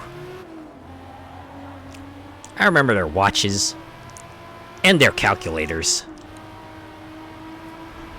Though admittedly I was like more acclimated to Texas Instruments because they had the graphing calculators. And you know, they were useful for a lot of things. Especially when you figured out how programs worked and they were able to download like those games onto them. Oh my god. Like, I remember my friends and I making a whole competition out of what was essentially not Tetris Attack. There's also that box puzzle I used to be, like, super into. Never got quite to the end of it. I have to see if those graphing calculator games are still a thing. Or maybe since, like, smartphones are now much more in vogue, everyone just goes to, like, Wolfram or something like that.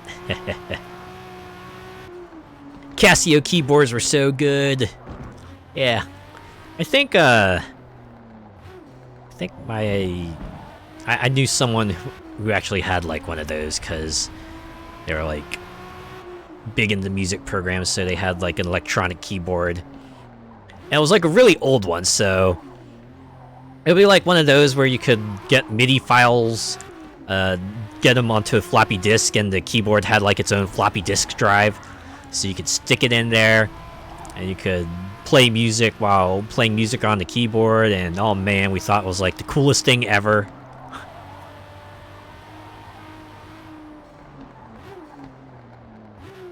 Loved how it came with a sampler to record stuff. Ah. That was definitely awesome. Or, you know, the way you could... It didn't have just, like, piano sounds. You could choose a lot of other sound fonts if you wanted to. Right? Not only just instruments, but, like, voices as well. Like, I think the particular keyboard my friend had, like, one sound font that, was just various pitches of one more time. So you like press a key and hear one more time, right? Or you hit like a high pitch key and just hear one more time. It was really funny. Could just imagine like some professional mixer just like going absolutely ham with those keyboards and making like a really fun club tune out of it. Dog barks, yeah, things like that too.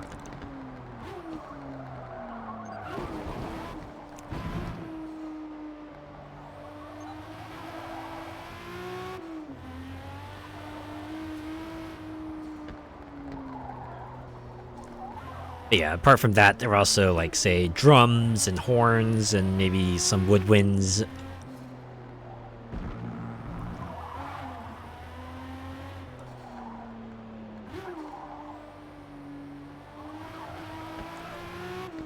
And then you had, like, I think the one we had also played, like, sample tunes, right? It was all public domain stuff, so... But if you wanted to, like, just have it autoplay something like Twinkle Twinkle Little Star, you could totally do that. And it was cool.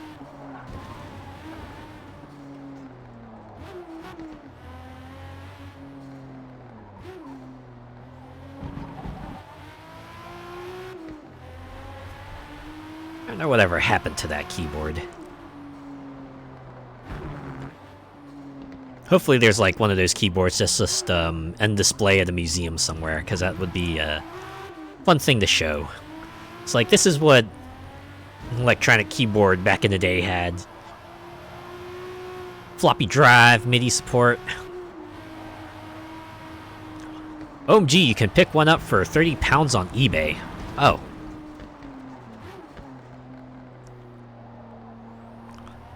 Oh, you know there's someone out there who would probably really appreciate that, because that's like retro sounds right there.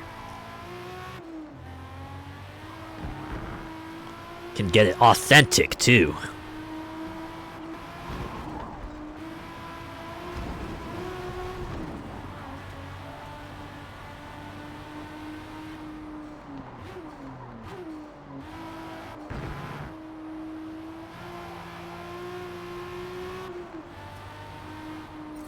Maybe add a keytar too to add to the nostalgia.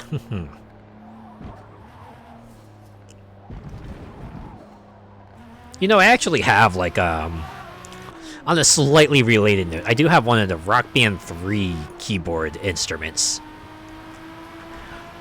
That was like pretty neat because they actually made a proper keyboard out of it. Like, you could use it in Rock Band 3, but if you just want to like hook it up to something and use it as like a proper ass instrument, you could totally do that. That was like pretty cool.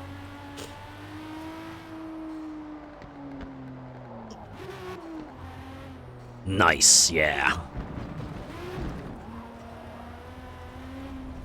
Man, I was so excited when Keys came out because it felt like the last piece of the puzzle needed to get that proper full Rock Band, but they only ever had Keys in 3, sadly. Didn't make enough of a splash for them to justify bringing it back for 4.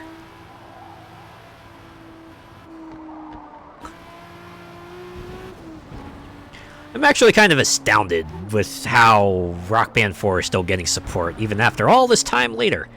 Like, I remember was reading about news of it coming out in... Oh, jeez.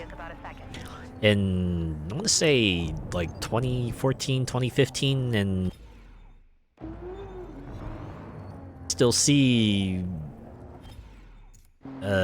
news about it getting DLC. Sure, it's not getting, like, picked up by the big outlets, but, man. Seeing their Twitter account just truck along going, yeah, this week we got 2 more songs for ya! It's kind of cool, right? At the very least, they're keeping that alive. There's at least one holdover from the Plastic Instruments era that's still chugging along to some degree. All the years of air guitar came in handy when it came to Rock Band and Guitar Hero, etc. That it did. When it became real cool to gather your friends together and have everyone play instruments to play music. I think it really helped that those games focused on, like, licensed tunes and stuff, too. Like, yeah, who wouldn't want to...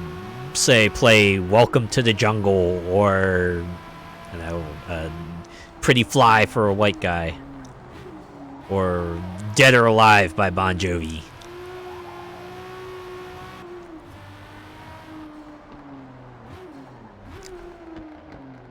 I think it helps. It's like was it Harmonix, the company that did like the first few Guitar Hero games, and all of Rock Band like consists of a lot of musicians, so they definitely have the chops to make a rhythm game. Always felt that it needed a metal DLC. Well done. Did it have like a couple packs come out though, right? Anyways, this is like the end of the JDM Legends tour. Almost had a clean sweep. 1 second, 5 firsts. You know what? Still put us on top, that's what matters. Got like a bunch of credits out of it too. A lot of driver levels and car levels.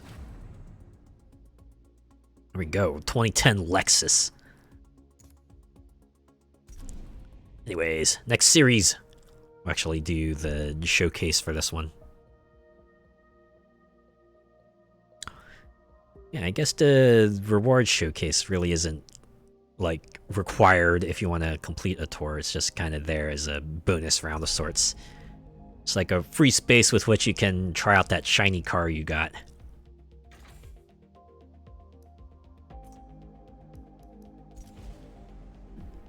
Get a drink of water real quick.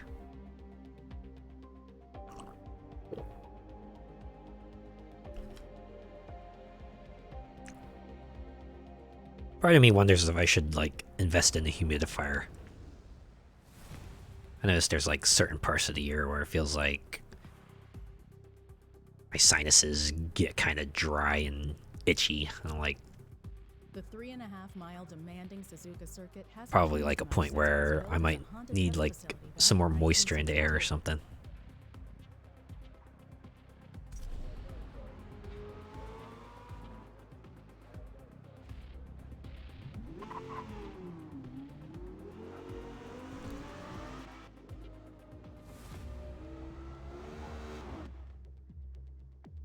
If I remember correctly, they said this track was going to be just 2 laps. Yeah, we got 1 practice lap.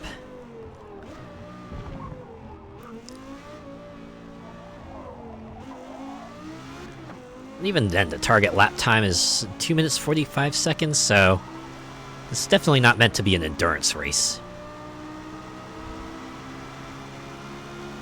It's just one and then twice and done.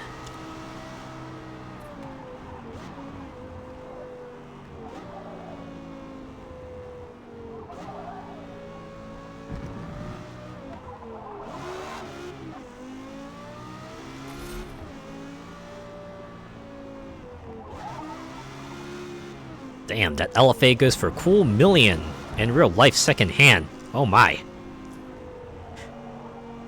Well, this is kind of the fantasy of these driving games, right? Get to drive these cars that you normally wouldn't be able to. This will be like the one time where someone might be like totally justified going into first-person view. Plus, it sounds great. I do have to agree to that. I kind of like the way it sounds. It sounds like a proper-ass race car.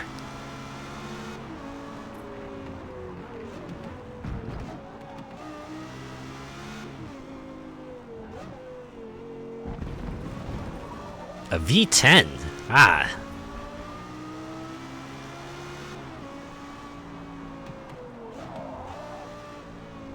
Well, they did say this track would have lots of turns, and they're living up to that so far.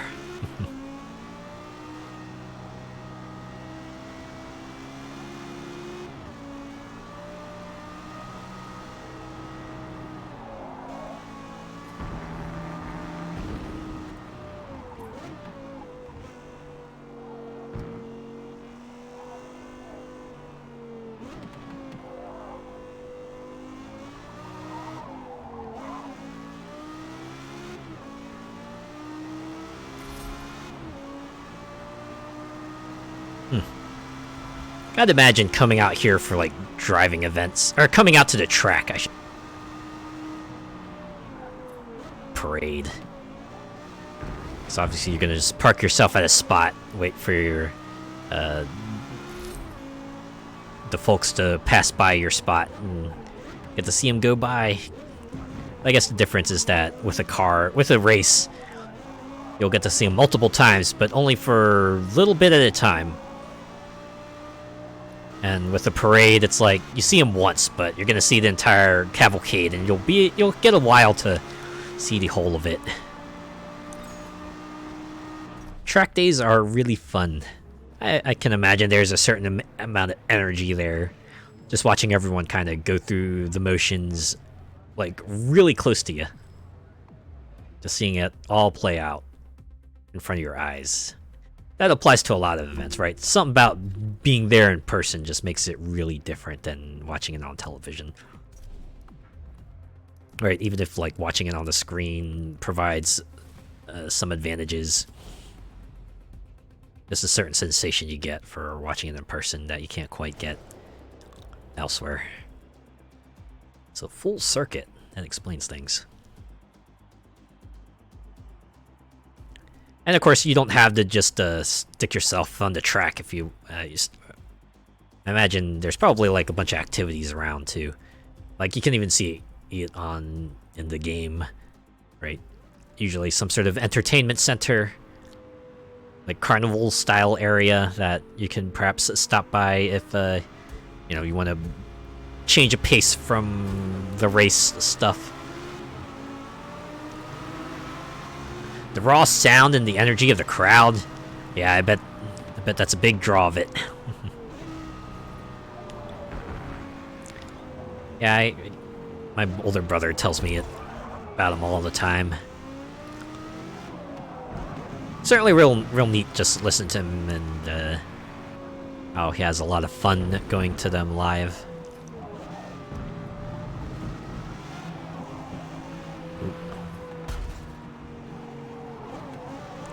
Gotta remember, I only get one lap to make it to the front. I wonder if that's why the projection is different, because... Or no, I only get 2. I get 2, but still, it's a shorter amount of time than I would usually get. That's probably the projection is a little bit restrained this time around.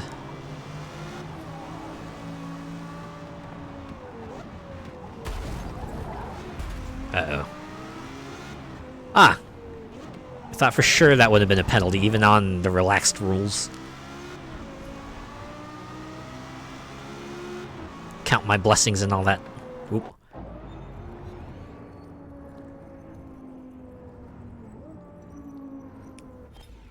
Yeah, and a game like this, if it even feels like I'm about to go off track a little bit, I should probably just rewind.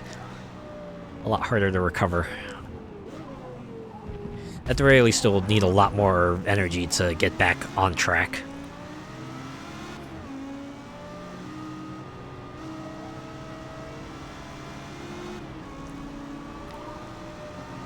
They're really just rolling roadblocks to cause inconvenience. Yeah. I would have had the perfect race had it not been for everyone else on the track.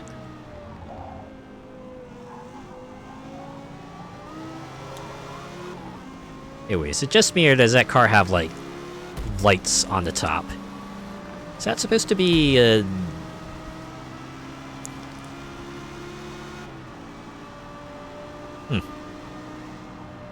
Kind of fun.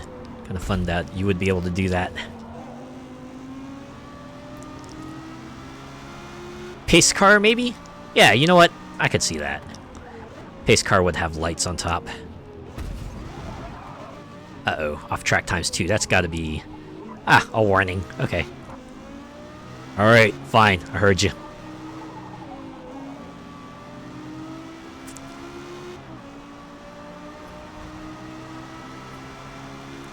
That would make sense.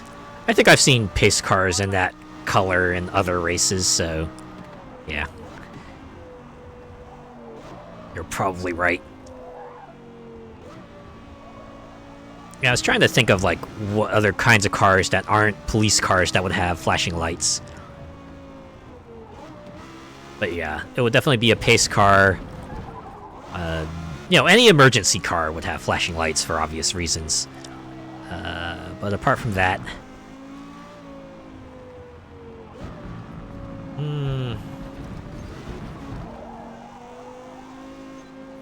Maybe a tow truck? Though I guess that might count as an emergency vehicle, because usually tow truck doesn't go on the road unless, you know, there's a car that needs to be towed for some reason or another.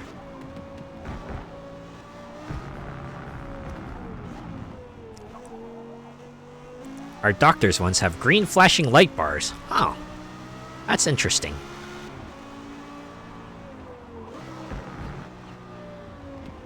I do remember this old TV program that used to be on when I was a kid. It was called, like, Rescue 911. I remember very distinctly the one motif they always had was, like, that rotating red light. I think that was, like, the mark of an ambulance in the US back in the day. I think they've obviously switched to, like, flashing lights since then. I don't think they're red anymore either. I think they're, like, blue or very bright white. Which I guess makes sense, because they're, like, they have to be an emergency response vehicle, so they have to be as noticeable as possible. Anything that, like, cuts through the dark the most is ideal. Oh yeah, I've seen that. I used to, like, watch that a lot. I don't remember why. I feel like current me would probably be a lot more squeamish about some of the stories they would talk about there.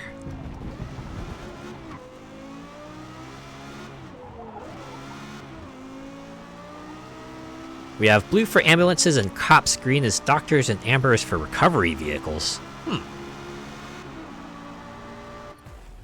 I don't know if doctors has, like, a special designation in the US or not.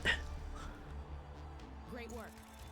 We finished P1. Go, first place in the showcase, so that's going to be a little bit of cashola for us. 7,000, almost 8,000. We'll take it.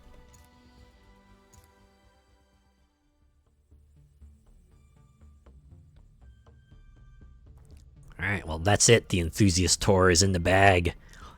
We're halfway there. Living on a prayer. Alright. Next up is the power tour. And we'll go from left to right as always. Well, we kind of have to. They've locked out everything else, so we're going to start with iconic muscle. Let's see the spiel they have for this. Oh, and fire engines have blue. Ooh. I think our fire engines here have like red and white. Mustang, Camaro, and Challenger sparked a fiery debate as to which muscular V8 package was superior on the street and track. Which one would flex the most? Debate that reignited 40 years later when GM and Dodge reimagined their Camaro and Challenger to once again deliver that familiar, chest-compressing acceleration to compete against the contemporary Mustang. With all three modern classics retaining their old-school, ground-pounding intensity, the debate can finally be settled here and now. I really like their panning shots, but I guess, you know, they're cars. You kind of need that. Camaro, hands down.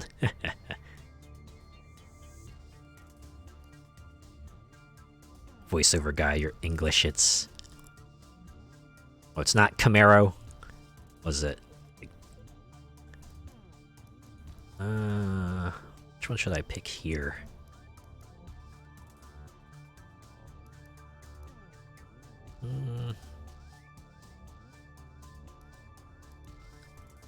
Well, the Chevrolet car does come with a higher performance index right off the gate.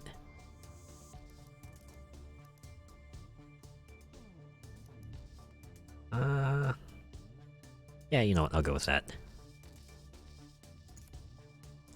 I'll actually change it to light blue. Oh, yeah. they are avoiding the badging.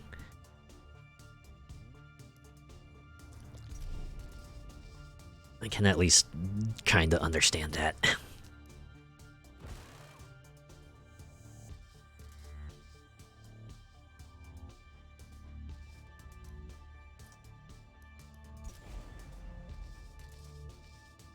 Off to Grand Oak Raceway.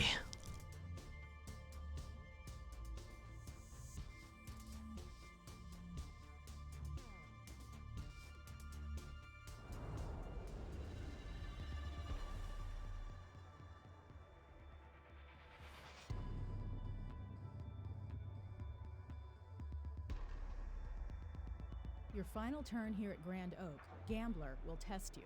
Because if you're precise, you won't need to use any brake before you turn into it. I think I already heard this piece of advice before.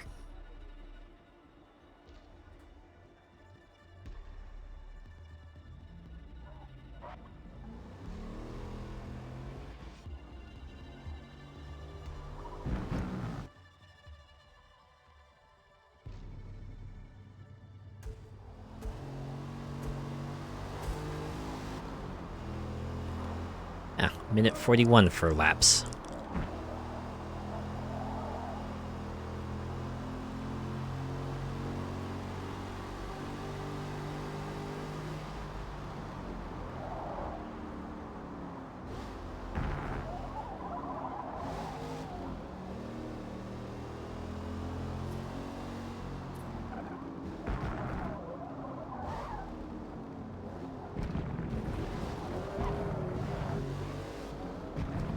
I'm gonna miss these modern muscle cars when they kill them off. Yeah, always a bit of a shame when you see the end of an era.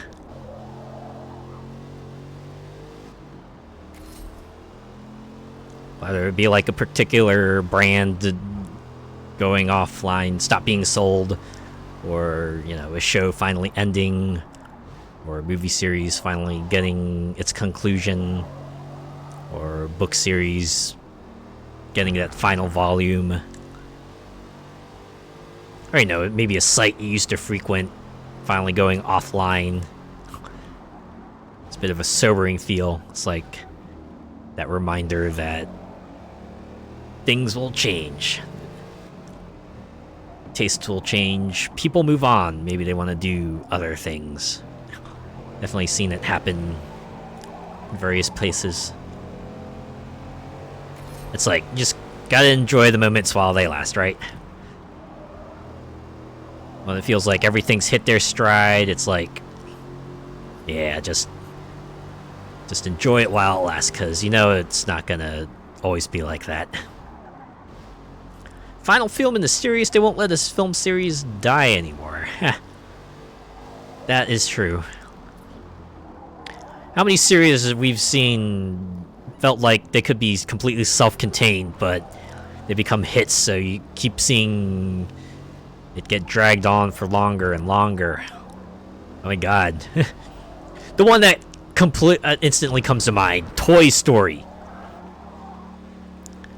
Right, Toy Story 1 is a pretty good complete film on its own. 2, pretty good successor, also fairly well self-contained.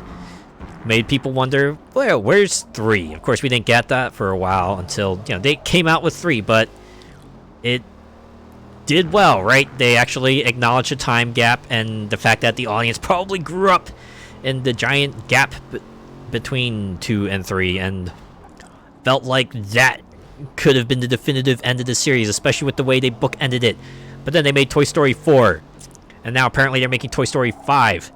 I felt like with 4, they especially tried to kind of cap it off with the way it ended. It's like, no, can't make any more. We're trying to definitively end this, and they're still making Toy Story 5.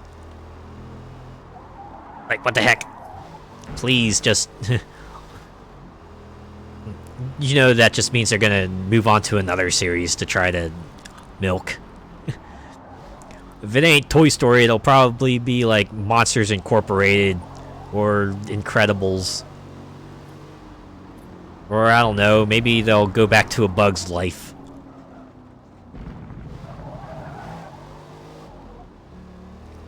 Like Fast and the Furious.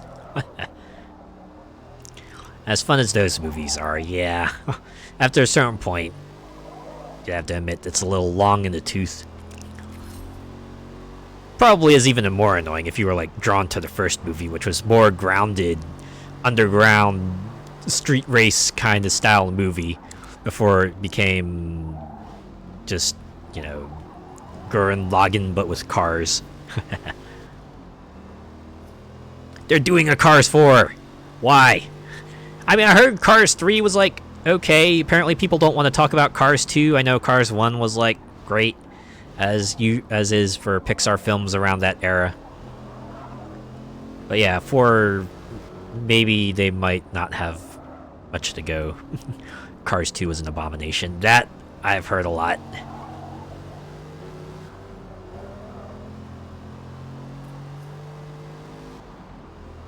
Ten is far too many. Yeah, I get that feel. After a certain point, spectacle creep kind of becomes too much, and you're just thinking, alright, well, they were in space, now what? Where do you go from there? Like, seriously. Where do you go from there? 3 was pretty good, I've heard that too. Mostly because they kind of returned to the formula that, you know, made 1 so beloved. It's just a load of stunt set pieces, yeah. Definitely just felt like, alright, what kind of crazy things can we do with cars? They don't even try to make it plausible anymore. It's just like, they do cool thing because it looks cool. Never you mind the physics. Honestly, if Mythbusters were still around, I'm sure like a lot of their stunts would probably be tested as myths. You know, that would be like the perfect thing, because they get to crash a bunch of cars, and they would love to do that.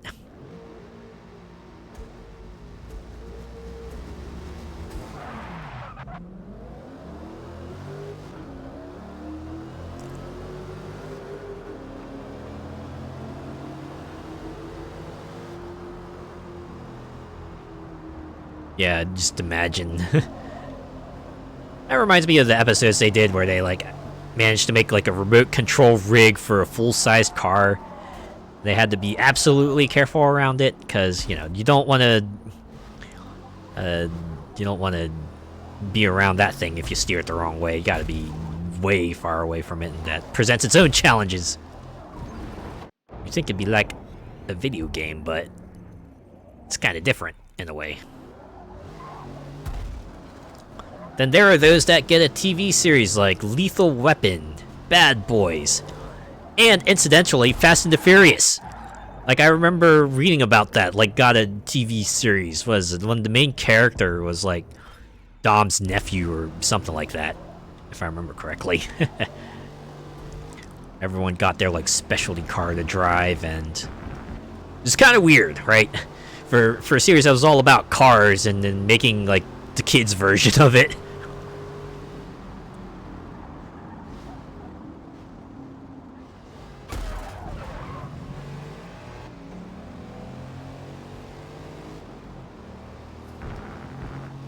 And of course, you got like the properties that absolutely should not have had a film series or cartoon series like RoboCop. Still weirds me out the most, really.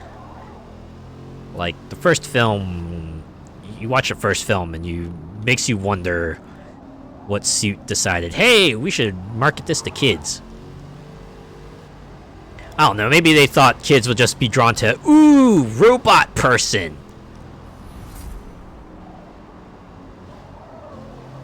First film is an ultra-violent classic, right? Like, holy crap.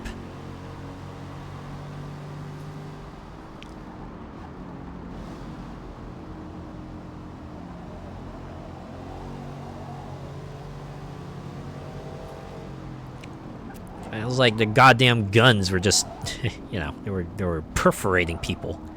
It was wild. It was gruesome. It was gritty. It was the kind of stuff you would not want kids to watch.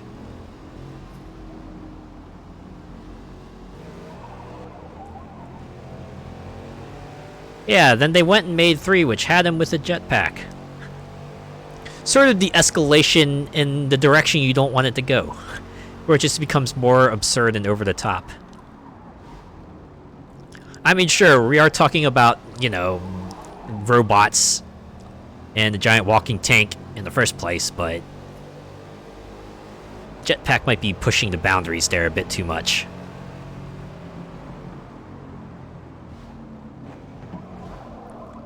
Yeah, you know it's rough when ED-209 turned that guy into hamburger meat. Poor fella who was just target for demonstration because they couldn't figure out how to turn the targeting protocols off. Oops.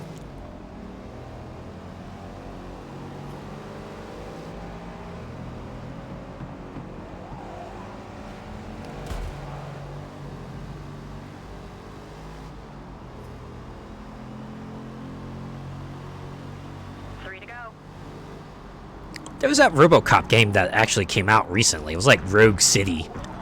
Apparently, actually pretty good.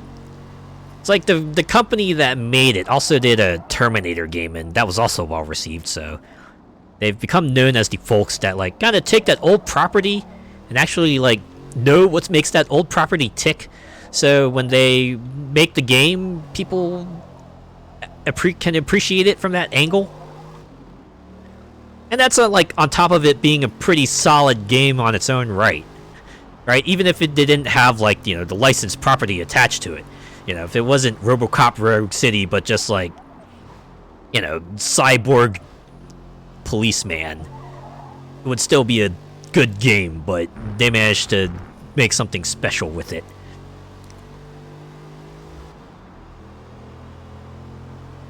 Yeah, I think the main thing people praised about it was that, you know, it wasn't just RoboCop but FPS. They kind of worked the mechanics around it in a way that made sense for RoboCop. So, you know, you weren't like getting behind cover and stuff. You were just walking forward like the freaking armored tank person that you were. They managed to, you know, up the difficulty in different ways. But yeah. It was a game that made you feel like RoboCop in more ways than one. It actually kind of makes me want to check it out, if just for that. Imagine it would make a pretty good stream game, if nothing else. Makes me think of RoboCop versus Terminator. Ah, because they're both robots, so yeah, you gotta pit them against each other. If I remember correctly, that was like a thing in Mortal Kombat, wasn't it? Or were they in different games? I believe RoboCop was in Mortal Kombat 11? I forget which game Terminator was in. Both were in MK11. Okay. Yeah. As well as Rambo. Yeah, that was the point where Mortal Kombat was like expanding its guest roster selection beyond iconic horror movie villains. And they were just going with 80s icons of any sort. Which is why you got Rambo, Terminator, RoboCop. But yeah, 10 had Predator, Alien, if I also remember correctly,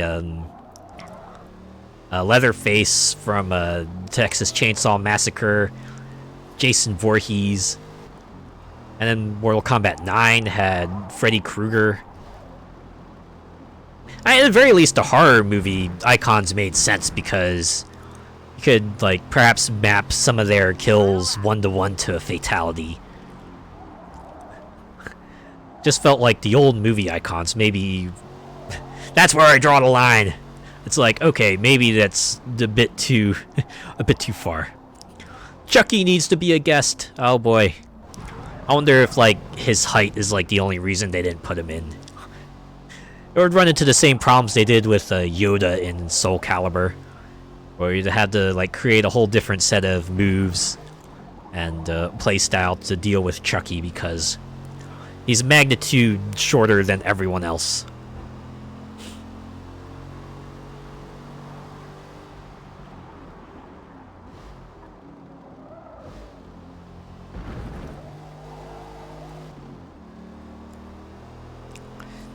I guess, oh. They could do what SNK did with Chang, because he's tiny. Well, I think that's like... It could, but... I guess it's like slightly different when it's a guest fighter, right? If it's like an in-universe fighter, like, say, Chang in SNK, or heck, Servbot in Marvel vs. Capcom 2. At the very least, it's like, you know, within the boundaries of the property itself, but when you introduce like a guest fighter like Yoda or Chucky, maybe that's the line people draw. OMG, don't get me started on Servbot. Right? You had to do all low attacks.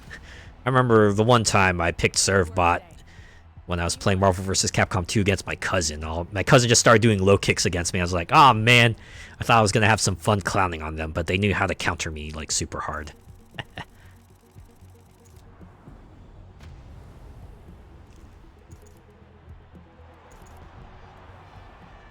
Him and Roll. Oh, I forgot about Roll, but yeah, her too.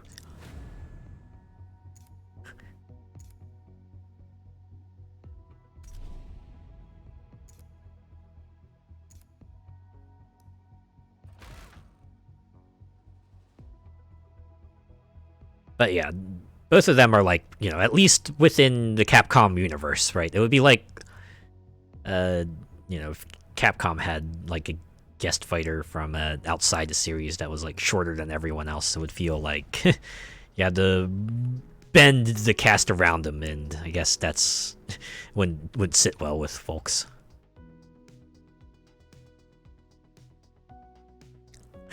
Like, I remember that being especially a point of contention for Soul Calibur 4, because they had the critical finishes, and those are like big cinematic attacks, but they worked with like, you know, human height people, so with Yoda, they had to change him to like generic charged attacks, and that's what people would do to him to finish him off there.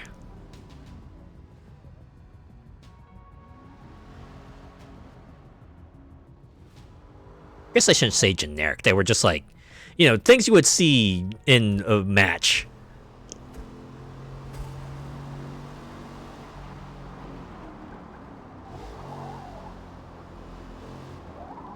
I remember an indie game as a tournament fighter using all horror icons. Ooh, I think I saw that on a YouTube video once, but yeah. I remember seeing that. Though I forget, it was like horror movie icons or just like more traditional horror icons. So did they include things like Freddy and Jason? Man, that was a weird fusion of names. I mean, Jesse is a name, but wow. Put them together. Chucky, Jason, Pinhead. Okay, so it's that kind of fighter. The Mania Cop.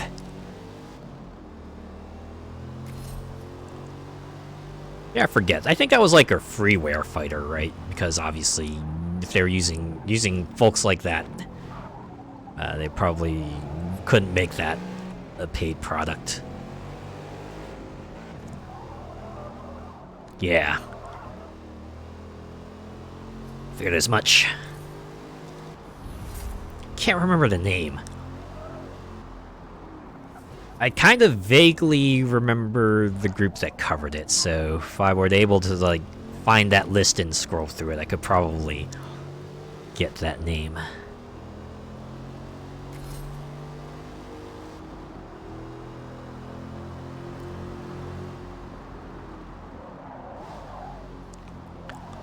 But I guess the closest we're gonna get to like a horror icons crossover at the moment is that Dead by Daylight.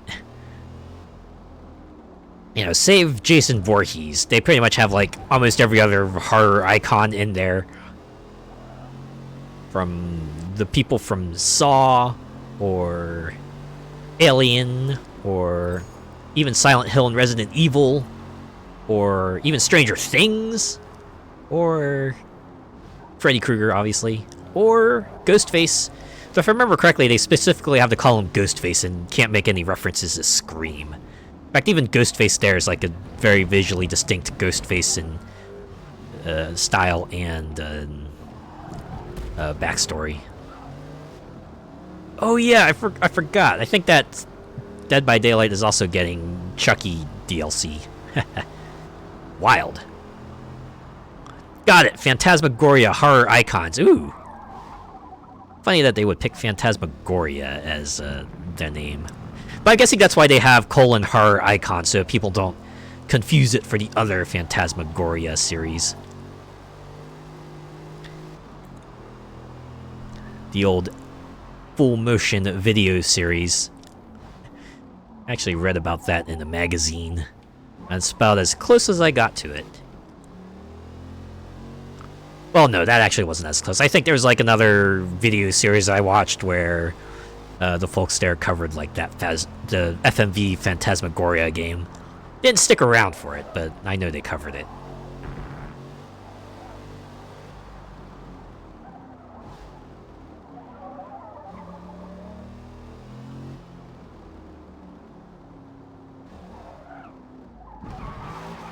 But yeah, horror icon seems like an appropriate theme for a fighting game. At the very least, it would let you, like, maybe play out Jason versus Freddy fantasies and the like to the extreme. Yes, who would win in a fight, Pinhead or Mania Cop? Now you can find out.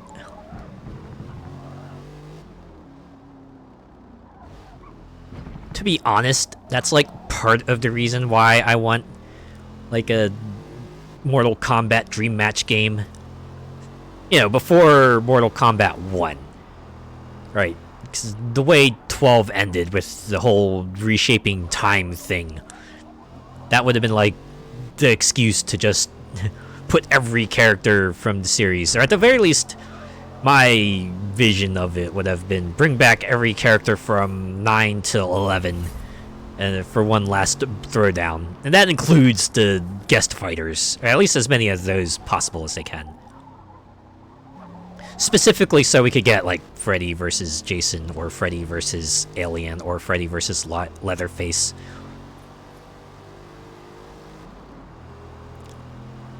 They could easily do something like they did in Trilogy, right? Like, I remember 11 even having, like, 11 and 10 just having a bunch of, like, CPU fighters that were specifically characters that would not become playable. That was especially grating because they had the movesets there. They could have brought the characters in, but they didn't. And I don't know, feels like a Mortal Kombat Dream Match game would have been a layup.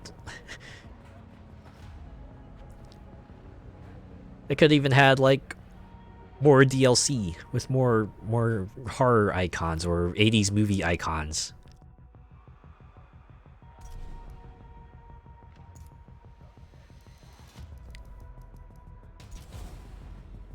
Honestly, kind of nuts that was it the DLC for Mortal Kombat 1.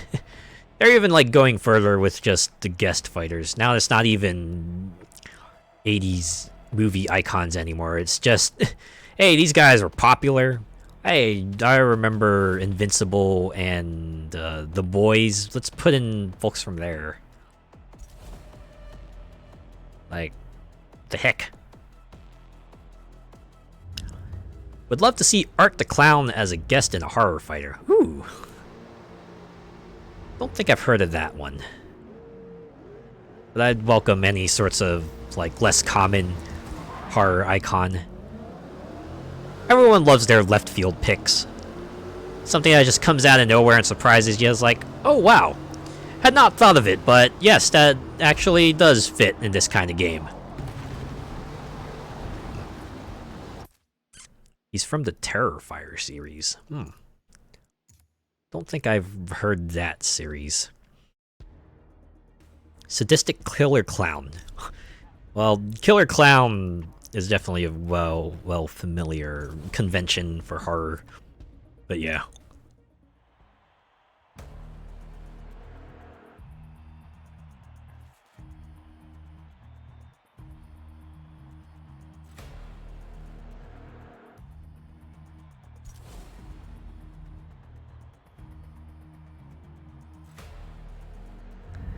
Gotta love a slasher villain who mixes it up and straight up uses a gun.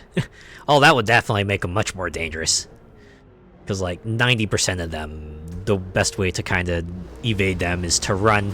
But of course, even then, you're not going to be able to be fully rid of them because some of them just are able to teleport. It's kind of wild.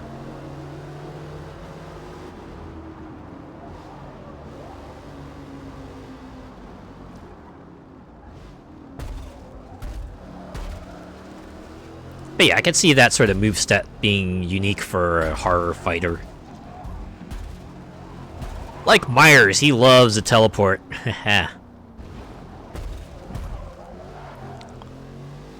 Or like Jason in Friday the 13th game. Explicitly made his teleport an ability. He just show up wherever.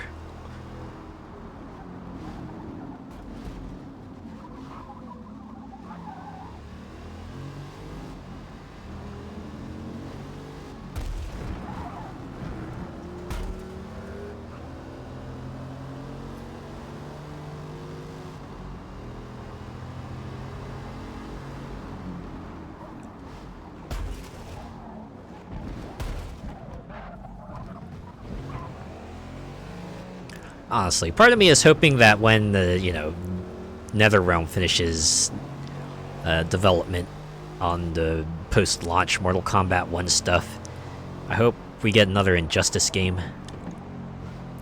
It felt like they were alternating between that for at least a brief moment, where they would do a Mortal Kombat, then they would do Injustice. Of course, they only did that with the Injustice 2, and that was just back-to-back Mortal Kombat. Or I think it was like rumored that they were working on a Marvel fighter. It'd be interesting to see what their take on a Marvel fighter would be.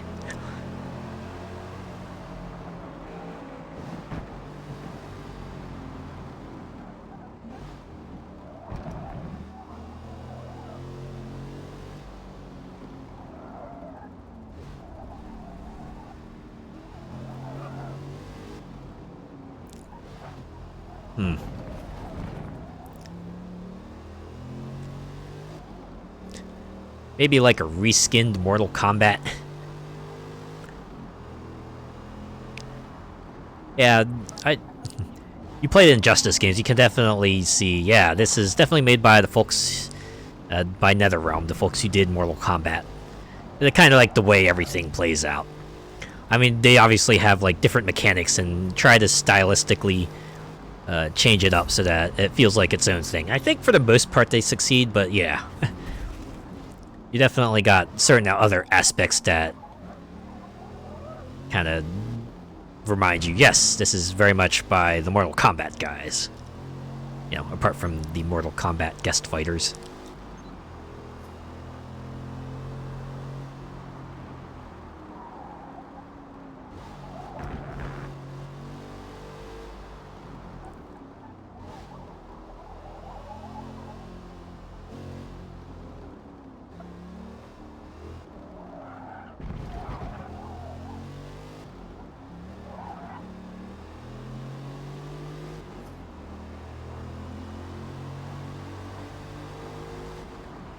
Of course, this is like me just like completely being wish listing here, but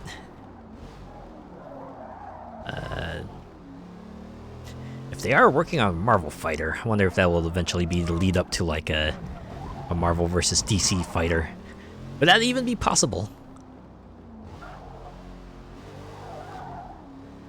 I'm guessing now they would have to go through like Disney and Warner Brothers, and imagine trying to untangle that.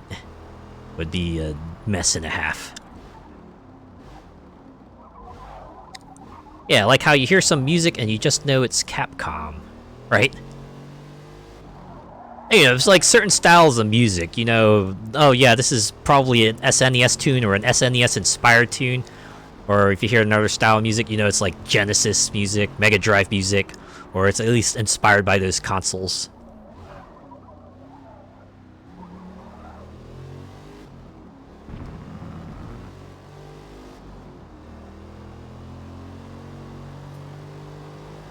It's really great when you have someone try to manage to work within those limitations and yet still make something real cool out of it.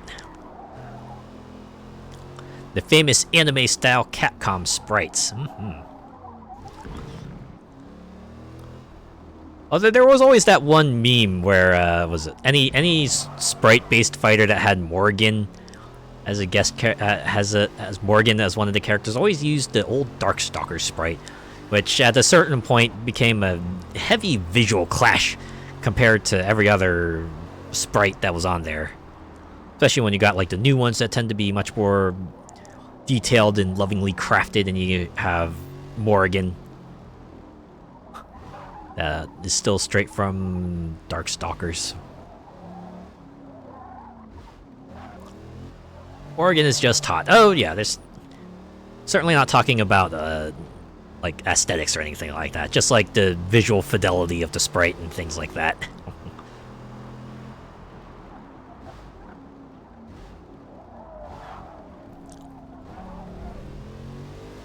It's like why when Marvel vs. Marvel vs. Capcom 3 went 3D, and so everyone, you know, got a much more unified art style, and it was less like really cool looking.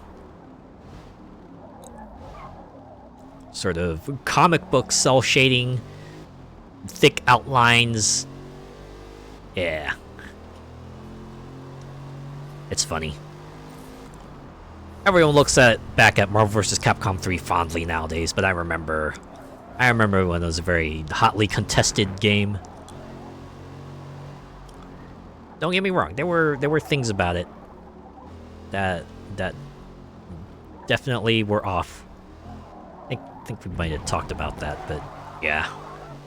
You take the overall package, you can tell Marvel vs. Capcom 3's was had a lot of care put into it. Capcom seems to have forgotten the other succubus, Lilith. Yeah, she only shows up as like an assist character for Morgan at best. Or maybe an alternate color, but yeah. Definitely not going to see her as her own thing. I remember when Capcom put out that Darkstalkers collection. And people were hopeful for a while, but then nothing came of it. I think they actually later came out and said, yeah, we were using the Darkstalkers collection to gauge interest in the new Darkstalkers game, and, well, it didn't quite pan out. And like, eh, ah, man. Hey! Ah, hello! What is that? Cheryl Fry? Hello, Cheryl Fry. Welcome. Thanks for checking me out. How are you? I'm doing pretty well. It's like the end of a week for me, because I got like a holiday break coming up, so it's pretty nice. Just being able to kick back and relax with a little gaming at the end of a day here. How are you? How are things with you?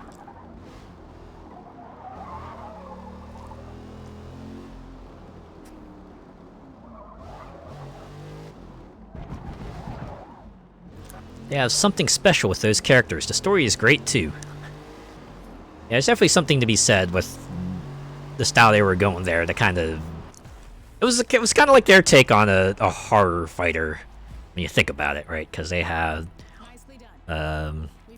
werewolf, they had mummy, they had vampire, obviously succubus, they had Jiangxi, they had cat girl. They also had, you know, Night Hunter in BB Hood, Frankenstein's monster, yeah. I do remember John Talbane being one of the more requested Marvel vs. Capcom characters, or just like Capcom crossover character in general.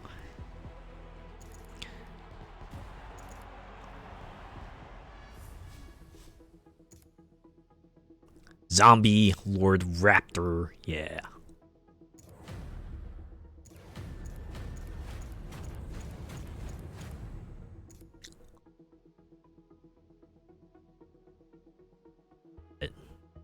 It quite didn't do that. I mean, obviously slots are limited, but QB.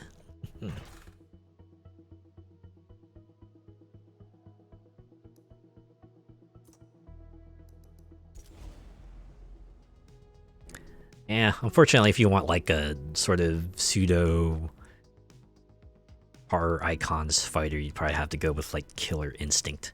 Because, hey, they at least have werewolves, robots, dinosaurs, mummy, vampire, spider.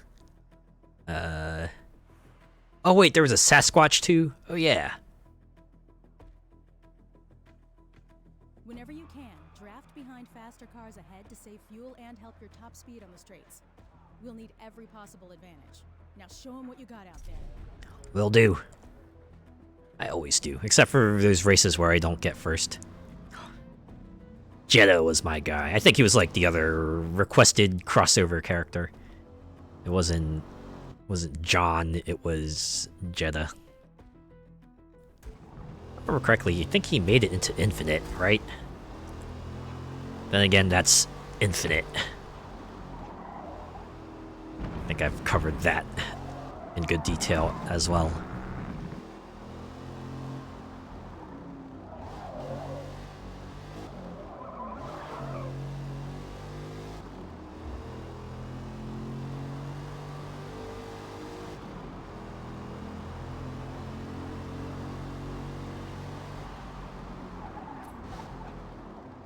The 90.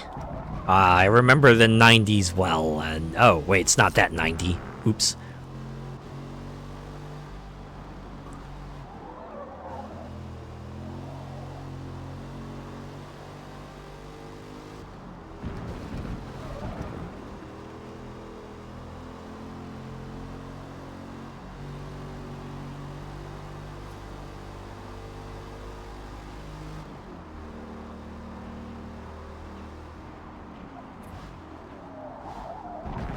Oh man, Sunoco.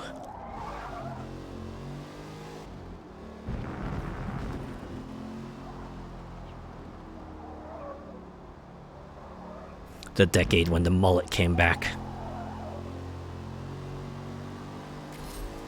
Oh boy.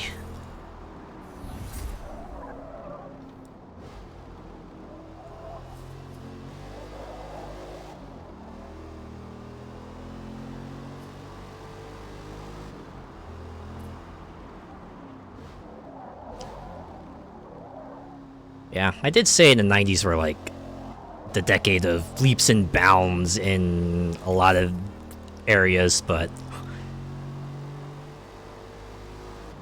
it was also the decade of like some kind of odd aesthetics, like, and that the color schemes and everything was weird. Like, I don't know why geometric shapes and like squiggly lines were so in vogue then. Everyone had that poster, that tennis player. And I'm sure there were posters of a lot of folks. Because, you know, that's what kids got, right? They were just like horny for people.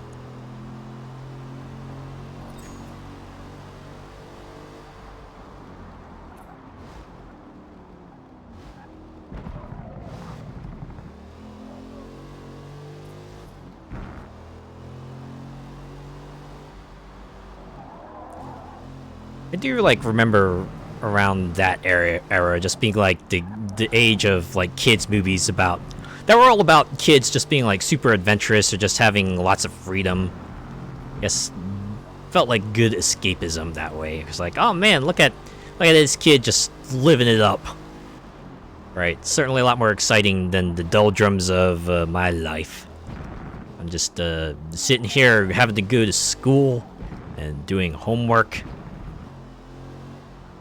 Most excitement I get is like recess and maybe if I visit my friends. Coming of age, discovering stuff. Oh yeah, there's that too. And brought us the classic Lawnmower Man. Oh boy. I actually watched that with my friend group like quite a while ago. I just remember it being very interesting adaptation. If I remember it correctly, that was like a Stephen King novel, right? But the movie just made it so much more absurd. And they had like this Lawnmower Man 2 as well, which went completely off the rails. Not that the first film didn't already go off the rails, but they just went even more off the rails for the second one.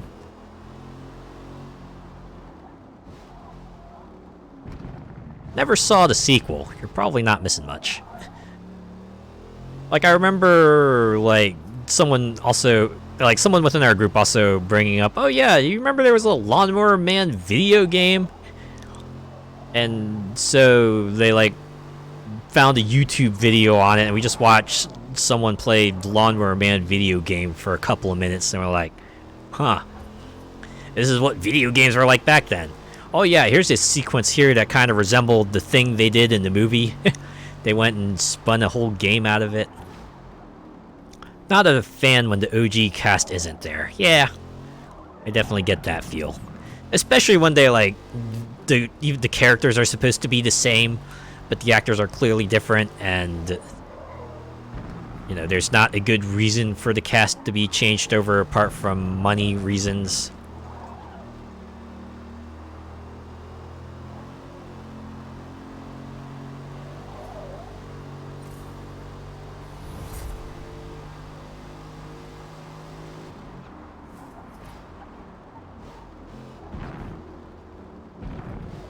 Yeah, it's definitely weird when, you know, a character suddenly gets, like, cast by... a different actor gets cast in that role. Right, either you see that actor try to capture the original person's performance, or they, like, put their own spin on it. In both ways, it kind of feels a little off.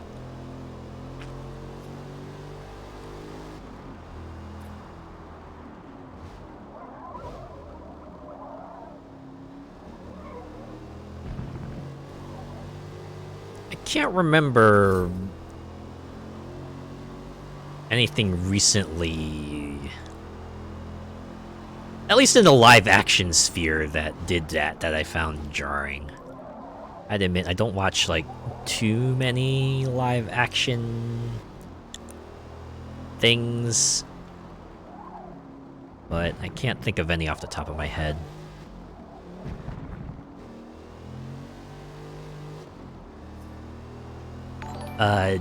What? That's VD! Again! Hey, I'm gonna pause real quick. Hello! Hi, everyone. Oh my god. Hello. Wow. Hello, I am Azure Gale. Hey, I'm a wandering VTuber. I am just playing all sorts of interesting games at the moment. Right now we are playing Forza Horizon, the newest Forza Horizon. Just playing through the Builders Cup here. Wow. So many first-time chatters. Hey there, everyone. Azure, thank you so much for the support. Always happy to raid you. Yeah, thank you so much for the raid. Oh, Forza, I played that. I was a great driver. Oh man, let me get you a shout out here. Yes, the best. Yeah, you were a good driver. You did well. We're playing backpack battles. Ooh. I actually played that demo. How was backpack battles? I think I was watching like some videos of that and it seemed kind of cool. Yeah, it's like inventory management, but battling. Aw, thank you for the shout out. Thank you for rating. It was really fun. Well, it crushed my soul. Then it was really fun. Yeah. It kind of looked like someone took the inventory management aspects from Backpack Hero and then like made it, then took the structure from like Teamfight Tactics and Super Auto Pets, and it's drawing quite a crowd. I can see why. even in the demos, like people are already streaming it. It's wild. I hope they go far with it. So yeah. Anyways, again, thanks for trusting me with your community, and yeah, really active devs. That's good to hear. But yeah, if you wanna stick around, that's cool. But if you also need to, get some nourishment or some rest, feel free to do so as well.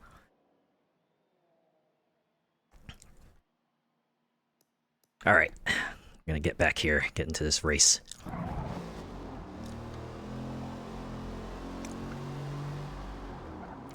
I had to take care of some post-stream stuff and actually get some sleep tonight, but I'll definitely be lurking. Have a great night or day, everyone. Haha.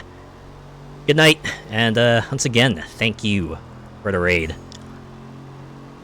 Ooh, look at that, we're finished practice, so you'll actually get to see me race. Hopefully I'll be able to put on at least a show, or if not, at least show some degree of competency. You got this. Thanks. I guess I should also say thank you, Foxdren and MHero09 for the follows. Things I like about this game. You can pick where you start. Depending on where you start, you get more. Oh, it's pronounced Mir. Okay, got it. Thanks.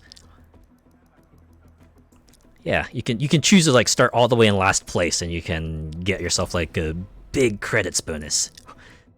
And the best part is they'll actually like let you know, hey, based on your performance in the practice laps, this is where we think you'll end up in the final standings. Even then, it'll be like a range, so sometimes they'll go, yeah, if you go here, you'll be first, but if you go here, we project you might go from first or be anywhere from first to third. Or, if the competition is fierce enough, they might even go, yeah, I don't see you getting first if you start from here. But apart from that, It's like the other way to adjust difficulty. You know, apart from the Forza series standard of giving you lots of grandeur control, it's just another way to let you do it. Like, alright, you want to start at the front of the pack, go right ahead, have yourself a nice leisurely cruise down the track. But if you want to maybe fight your way through, get a little extra moolah doing so, you can totally do so. So how's everyone else tonight? How are you folks doing?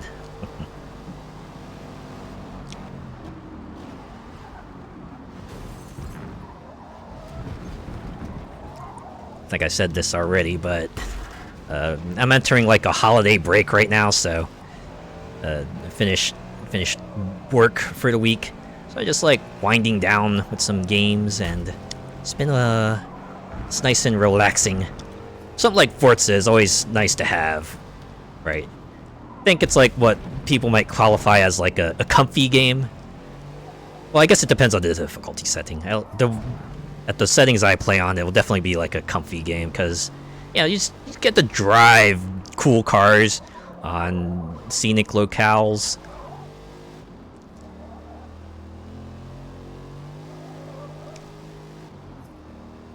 It's going pretty well, just a bit tired. That's good to hear. All good here, thinking of what I have to do at work tomorrow. Ooh.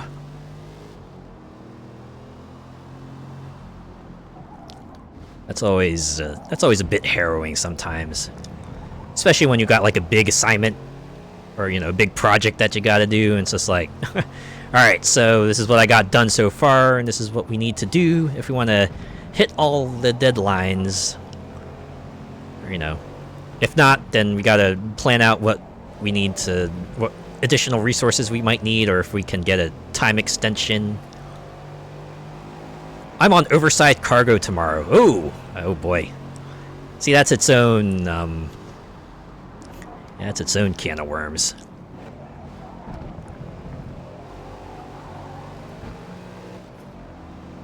Yeah. The closest I've gotten is like doing like oversized cargo assignments in the truck simulator games. I always tended to pick those because they brought like the most dollar per mile payout for the job you got to do. Definitely got used to driving down the highways with oversized load real quick.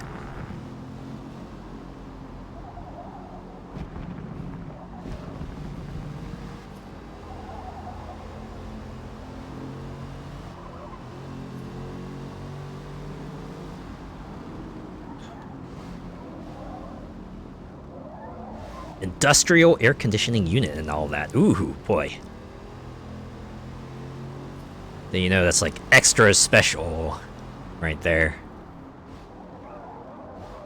Got a building that depends on that AC unit being delivered.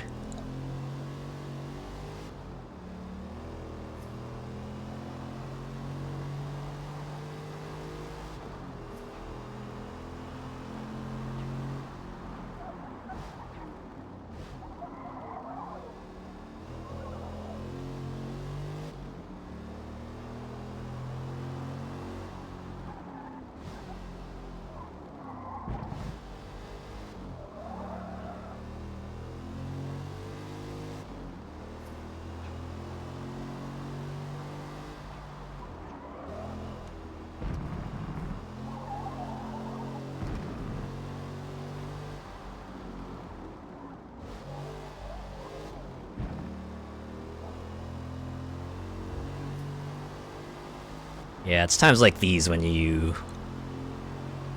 like get to the front of the pack. Just like, alright, I'm good now.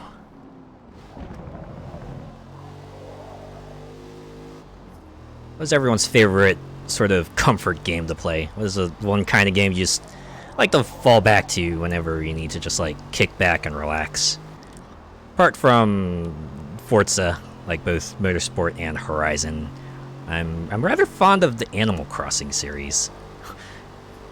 But every time one of those comes out, it's tends to be a big deal for me, and it was a big deal for a lot of people. Well, New Horizons was anyway, for pretty obvious reasons.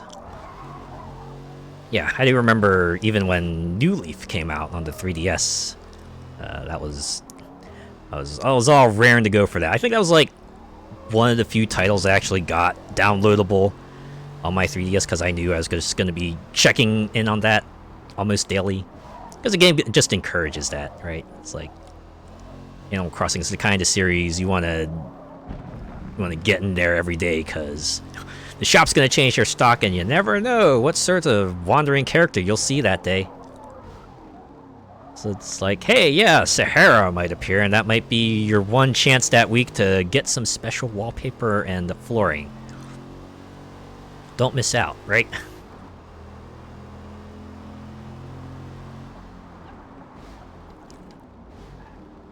FS22 House Flipper, CMS 2021. I could see House Flipper being like another one of those super comfy games. Probably especially cathartic too, because a lot of that game is like renovating a house. So, yeah, there's something about cleaning things up that's just super satisfying.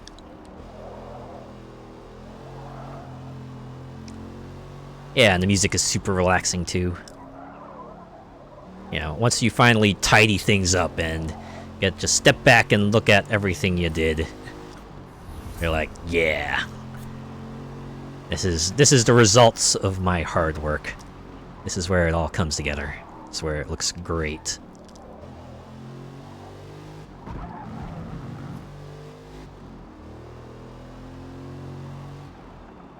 Hello, I came here with the V raid. Hello, Rory Spacefish. Thanks for joining in on the raid.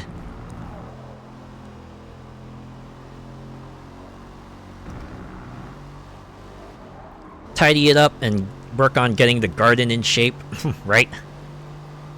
I think it's like the similar itch Power Wash Simulator hits. It's like you get this thing that's just absolutely caked in mud and dirt and debris, and just set that power washer on it and just get to see everything under there, and like, ooh, this is what it could look like if I regularly maintained it. This place seems pretty nice. It's satisfying, right? Yeah. Humans seem to enjoy fixing things. That's for sure. I guess it's something like a challenge, a puzzle set out for them. Right? It's like, hey, here's this thing that if you put some work into it, your reward will be, you know, whatever it was originally used for. That's why you see like restoration projects or, you know, car fix-ups and yeah, right, like Molecular Shadow Fox here has a project car they're working on. It does stimulate the brain as well, so yeah. Just figuring out how that worked and what you need to fix it up. And seeing if you have the resources needed, or if not, just plan out your schedule. Like, alright, I'll get these parts at this time, and start fixing things up from there.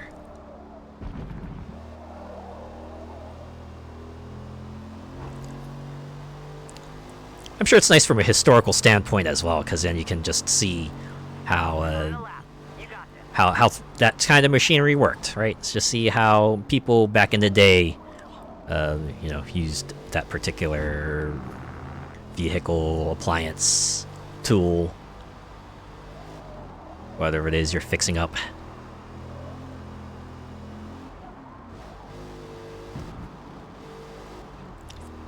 My current project is getting the 3 games that aren't working on my computer running. Well, 2, no, Valheim is working again, but I have to fix everything up. Oh boy. The joys of PC gaming. I feel like most games tend to do well, but yeah, if you're doing... But there are certain games that, for some reason, just don't want to cooperate, and yeah, you do have to kind of dig in there. That's always a fun time. You just gotta go, like, hit certain sites, or maybe just type into Google, hey, I'm getting this error when I try to run this game. And then usually your searches will take you to some forum post from like 8 years ago or something like that. Or someone else is like, yeah, I got this error, and then maybe, just maybe, you'll get something, some sort of lead you can go off on. And just pray that that will get you to a workable state, if nothing else.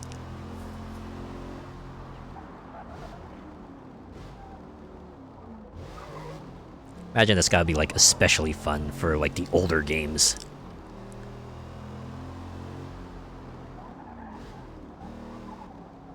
Especially if they're like running from DOS or something like that. I don't even know what happened with the one game. I downloaded the launcher, downloaded the game, and it will never run. It ran once and only long enough to make a character. Ah, jeez. Man, when you get the character creator and you can't use your character, that's gotta not feel great. It's like, boy, I just want to take my OC out there and have themselves a grand old adventure, but can't do that. Great work. P1.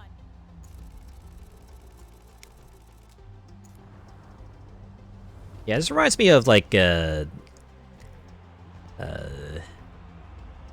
some of those old games don't even register. That's where you really gotta kind of dig into the weeds there and just try to do what you can. And even then, like, most of the time your searches will like come up fruitless.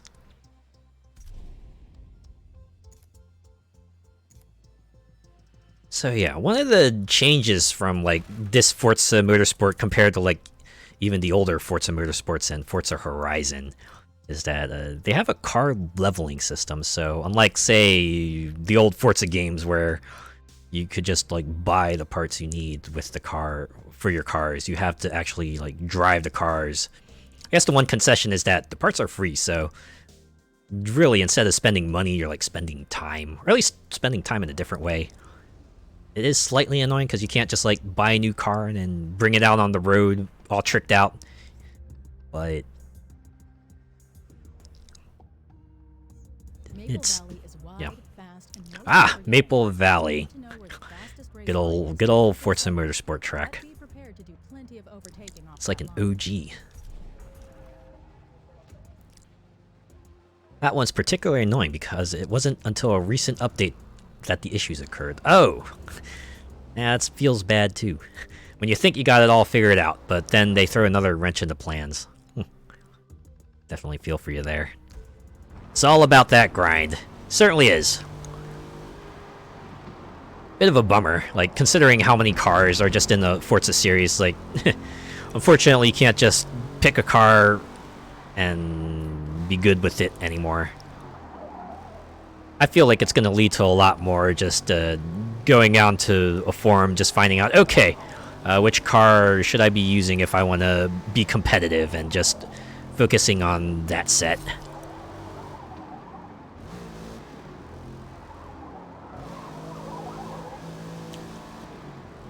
It seems like the one concession they have there is just like a discount. If you have enough cars, if you have like a certain number of cars at max level, you'll get like a discount for future cars of that brand. But considering it takes a really long time to max out level one car in the first place, it's gonna be a while before you even get anything resembling a decent discount. I don't even know how much it is. It's all 0% for me right now. I don't have any cars at max level because it's 50. Like, I was expecting, I remember when I first started Forza Motorsport, I was expecting like a max level like 20 or 25. No, it's 50. Like, I even read that, you know, they actually had you going all the way to 50, unlock all the parts, but they changed that like within a week because people were perhaps rightfully complaining about it. So now just makes the last 25 levels meaningless. It's like mostly empty levels. But yeah. I feel like this game might have benefited from like a lower car level or something like that. That'd be my one chief complaint about it.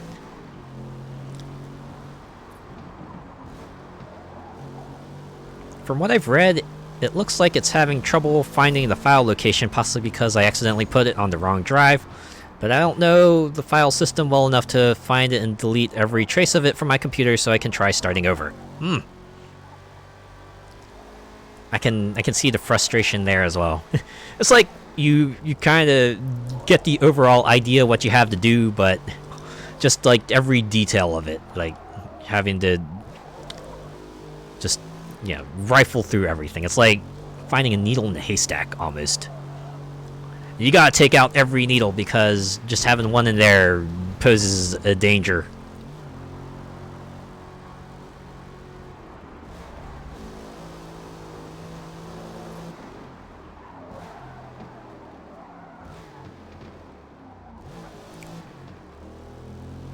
I'm sure we've all had that, like that sort of error that you see it and you kind of get the idea of what the problem is, but it's like the options you have presented to you, or at least the ones that you're aware of, won't get you very far, or will be extremely time and effort consuming to get around to doing.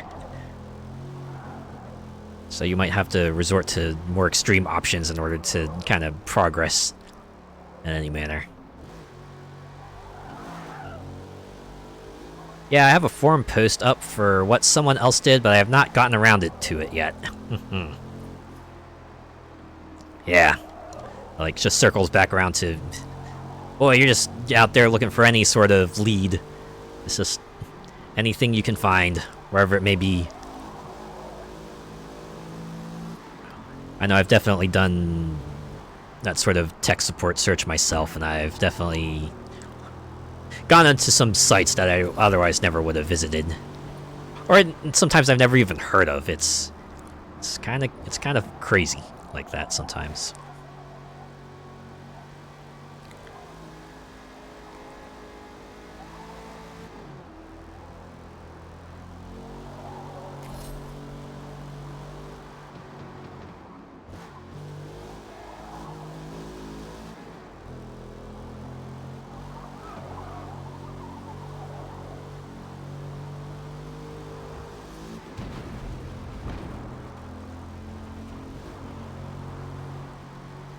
Okay, this is the last practice lap. I feel like I do this a lot. I'll like just be driving on the track for a long time and I realize, oh wait, I've done the required number of practice laps, I can proceed.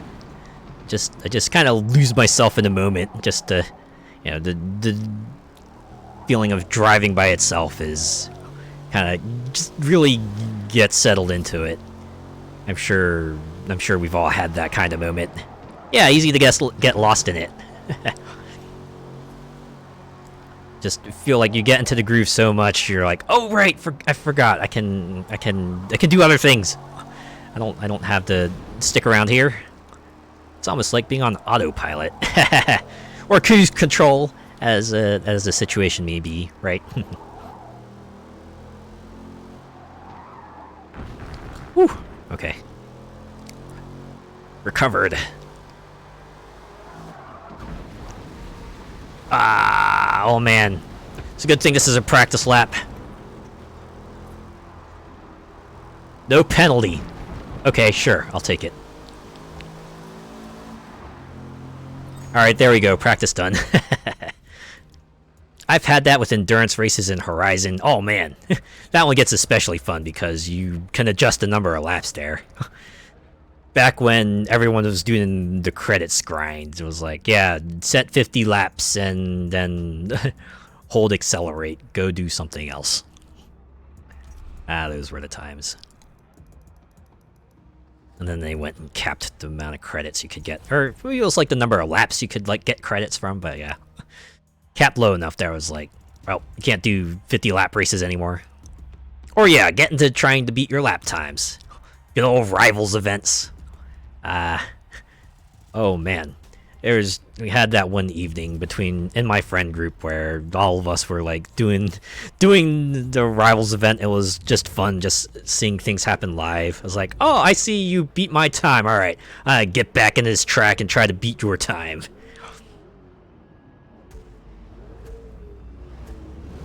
Yeah, that escalated to the point where like our Discord channel, like the person who's running it, like put up a racing channel, and then they put up a leaderboard of everyone's like rivals times, and we all had a good laugh at that.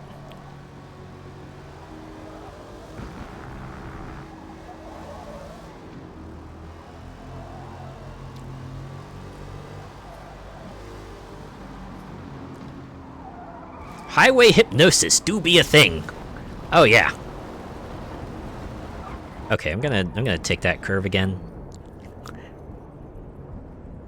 So unfortunately, this is like the official race lap, so gotta. I can't mess up like I did in the practice lap. Like everyone else there. See ya, wouldn't want to be ya. I would have been with them had I continued stayed my course. But now I get to be with this pack. Nothing like friendly rivalry, right? That was a pretty fun night, actually.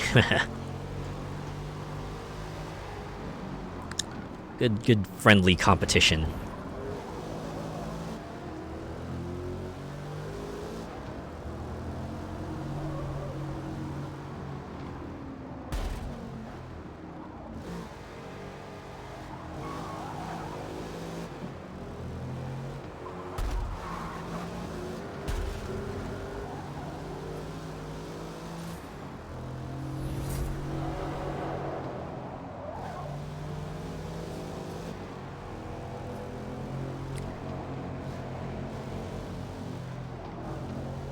One reason I like hosting car nights with my car club.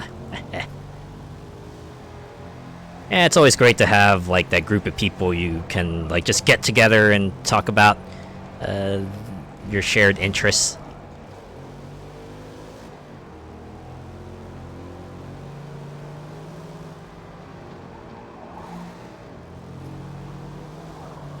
Yeah, it's like with my friends. Whenever we have like a big video game conference or something similar like that come up, we'll usually just like hop on a Discord channel and just like get excited about the stuff that's coming up. Like anytime, like say during the summer, during the conference period where every company like's doing their E3 style presentation, or like perhaps during the Game Awards where we're waiting for the announcements there. Yeah. Fun way to do car challenges too. Oh, that's true, yeah. Oh my god, you just reminded me of like Burnout Paradise. I remember those free burn challenges there. It's like different challenges for depending on how many players you have in the lobby, and you just do funny things, and oh, that was a good time.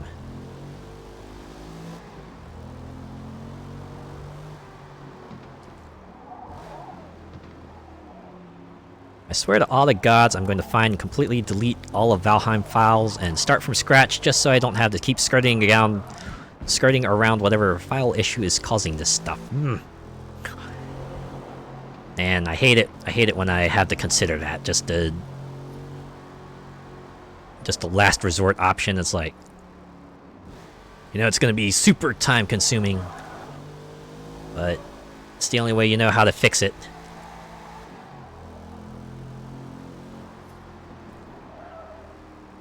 Yeah, I have to uninstall and reinstall the thing. We pull stuff out of a hat to set the challenges, like a budget or power challenge, rear-wheel drive only, etc. Ooh. See, that sounds like fun. It's like a car version of Iron Chef. You get like your particular parameters, like you might have like a particular set of ingredients you gotta work in there, and then you just gotta work with that and see what kind of stuff you can make with it. That's pretty cool. It's pretty cool.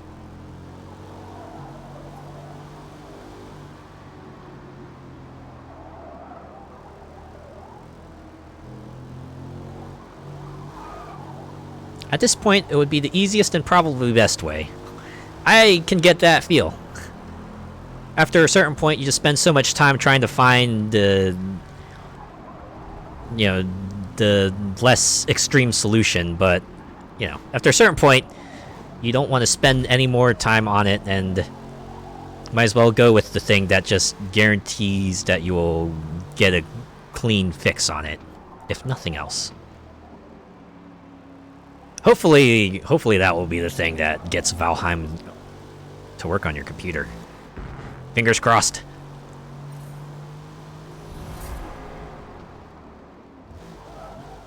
Just mixes things up a bit, because we both know that Horizon can get a bit meh. That's true. Especially after 2 years. Especially after, you know, all the DLC has been released and all they're doing now is just monthly updates. Some of which are cool, some of which maybe not so much. But hey, you know what? You're managing to get something out of Horizon there, so that's cool. That's like pretty cool.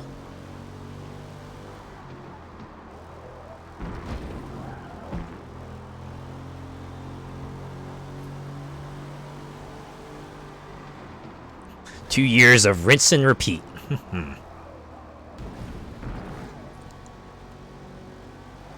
I imagine that must starts feeling. Oh, I guess it's nice to have something to look forward to, even if it is a car club challenge.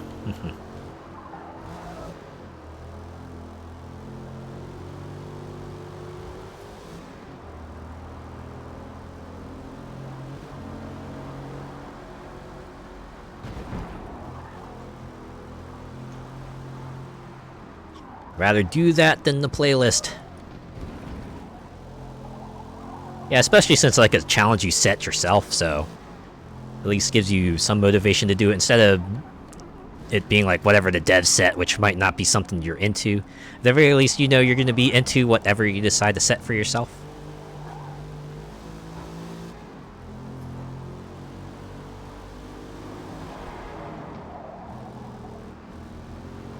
I mean, it will work. I know where character or world files are, so worst comes to worst, I said, I'll just purge all game files from the computer and add the same data back into a new game. Ah, okay.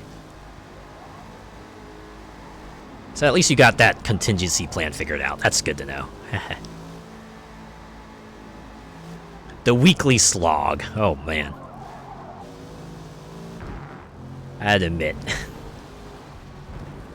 I only do as much as I need to get the 40 points now, not a step further. It's like the most part, I don't even need like the other rewards the events give me. Especially if it's like wheel spins or cars. I don't need either of those. And most of the time, like clothes items and Forza Link phrases are like, I got the ones that I like, and the rest are situational at best. You can't even use like most of them anyway, because you only get like 2 extra phrases per event type that you can put on anyway. And the horns can be fun. They can be fun, especially if you get like, you know, the ones that are just like off the wall kind of sounds, or something like, say, the Killer Instinct theme or the Doom theme on a horn. That's always fun. But yeah, other than that, I just do the bare minimum. Sometimes it's not even the bare minimum. It's like the bare minimum to get the exclusive cars and then walk away. I feel like they raised the car limit recently, because I remember running into like, oh, we were unable to add cars to your garage because you're maxed out, like, a lot. But now, whenever I do get, like, new cars, have not run into that message. So I wonder if they raised the limit, or if they just gave away enough of them to duck under that for a long time.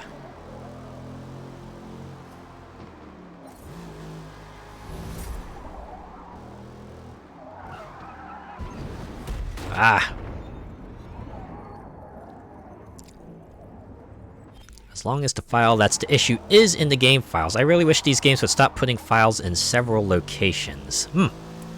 I feel that.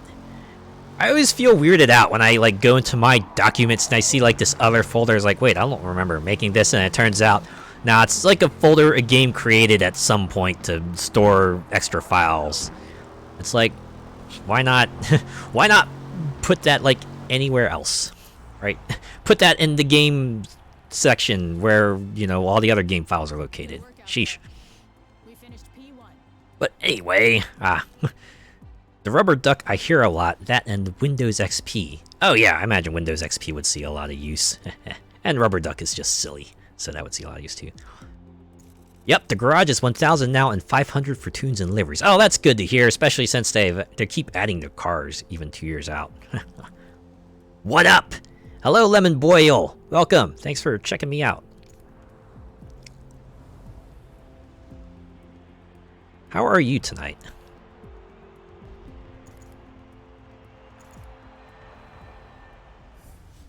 Anyways, is this the end of the tour? Or end of this series? Or... anytime, and I'm fine this evening. Alright, that's good to hear. Oh, okay, we got one more. We're going to Indianapolis, baby! Good old Midwest. I did go to the Midwest. It was like a while ago. I had some relatives living there. Look at my PI. The number of the beast. That limit increase is great, especially for creators like, whoops, I accidentally backed out. Well, it's not going to be too hard to get back in here.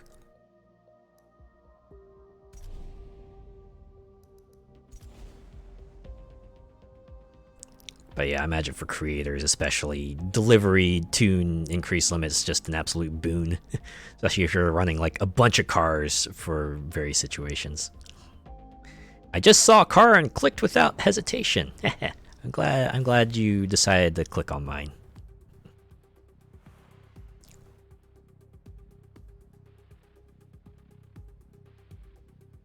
The Indianapolis Grand Prix circuit has long straights and technical twisting sections, including the high-speed banking, where you'll need to keep your speed up and consistent. I don't think this particular configuration of track will have too much in the way of straightaways, but probably have the banking turns at least. Car good, right? I do like me racing games. In fact, it's kind of a thing I do. Like every Wednesday, I usually play a racing game of some sort. It's not necessarily always a car game, although a lot of them tend to be car games. The other racing games I've played on Wednesdays include Need for Speed, Hot Pursuit 2012, Sonic and All-Stars Racing Transformed, Split Second, Grid, and Grid 2, Red Out, that one was fun. Ridge Racer Unbound. That was an interesting game. Yep, I have a car tuned and painted for every class and performance index. Ooh.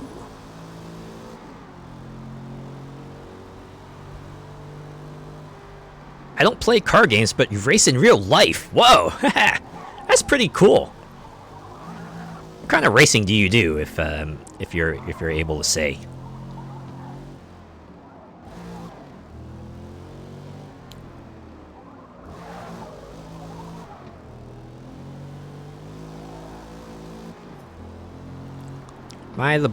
Never mind, just saw the femboy tag, was gonna ask you your preferred pronouns.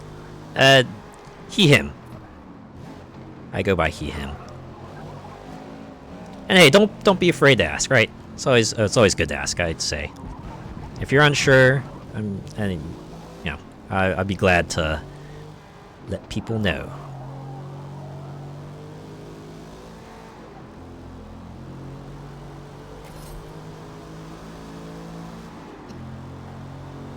Yeah, drifting around or up mountains or doing drags in the street. Whoa. Oh boy. Living life in the fast lane.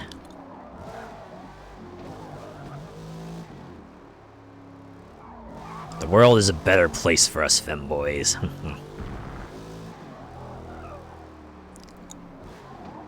Yeah, I feel like VTubing especially kind of let, gender non-conforming folk kind of express themselves, or as I always like to put it, unless you choose how you want to present yourself to the world, right?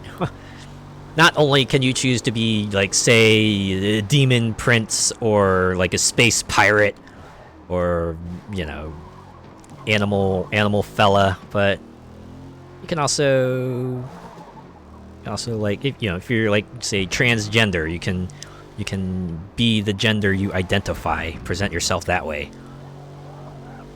Feel like the real you, in a sense, right?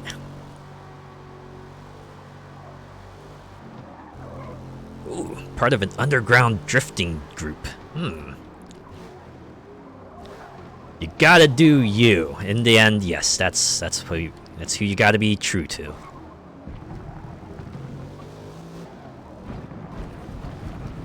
But God, I'm glad I have a Nissan.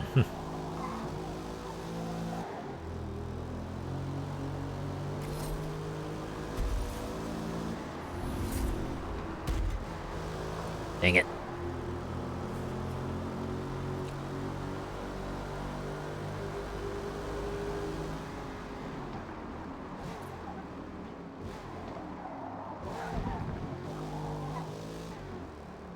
Nothing special, but it gets the job done.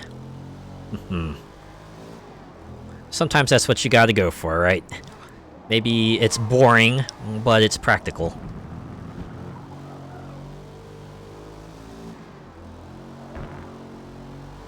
Something to be said about something that's just reliable, right? You can always depend on it to do whatever tasks you want it to do. Gender fluid, still figuring out how I want to present. Oh. I hope your journey is fruitful.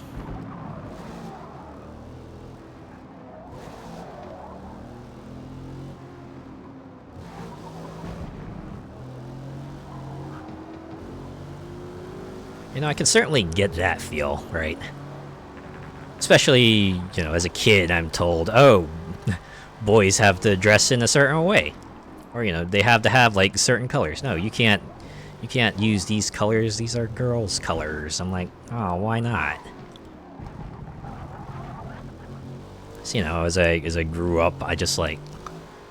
I'll be honest, I think I started out cross-playing, right? It's like a con I went to, I just, like, got a costume of a character. It's like a woman's costume, and I just went out in public cross-playing as that character. And, it's like everyone was going, dude, that's, like, really cool. So cool. You're doing cool, great. Like, the positive affirmation that I got from that kind of encouraged me to go further, right? Just continue cross-playing in some subsequent years, and eventually just, like, ordering regular clothes online, off of online stores, going out like that, and, like, kind of helped with my confidence. It was pretty fun. Journey requires I get into better shape. Well, hey, as long as you got a plan, right? As long as you know what you need to do. That's step one. Don't know if you know the manga, but I want a Jess in cheese brown dress. The manga is called Chobits. Oh, I've heard of Chobits. Yeah, like my friends talk about that. But you know what? Yeah, like, that's how it usually starts, right? You, like, see the character. That's how it started for me, anyways, right? Saw the character, the outfit they were wearing, was like, wow, I kind of want to wear that. And so we just got the costume, and I wore it, and I loved every moment of it.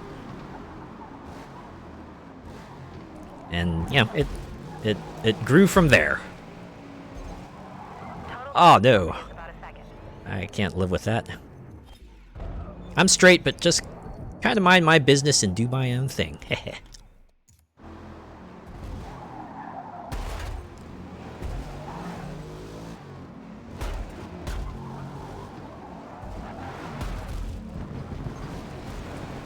Ah, yes, and molecular shadow fox, the resident foxy.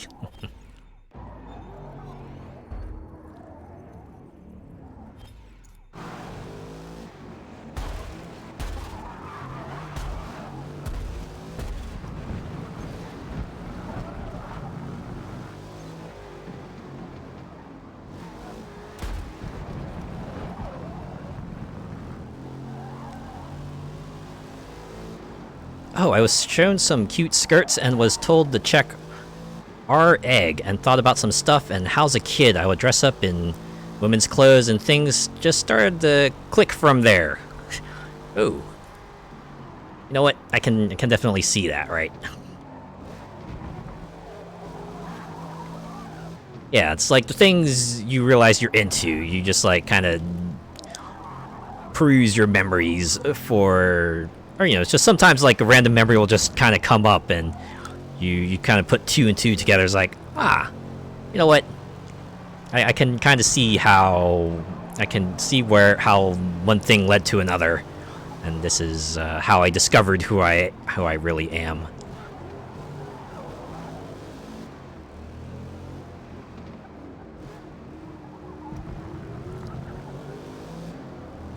Drifting keeps me occupied, and yeah, an R34 is a great time user to mod and constantly see what body kits fits with your model without wasting money on the wrong sized body kit.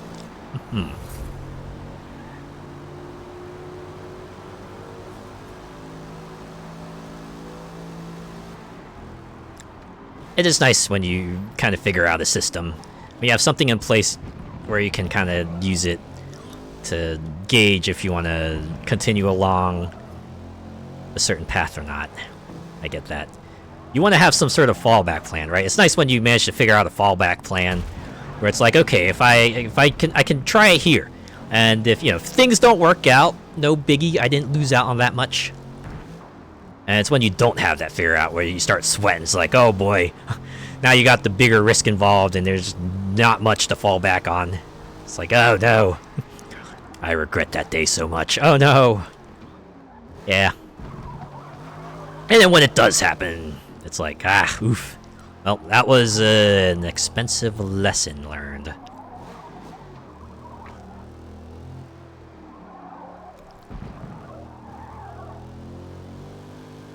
Next step is getting Shadow made into a full digigrade fursuit. Ooh. That's gonna be fun.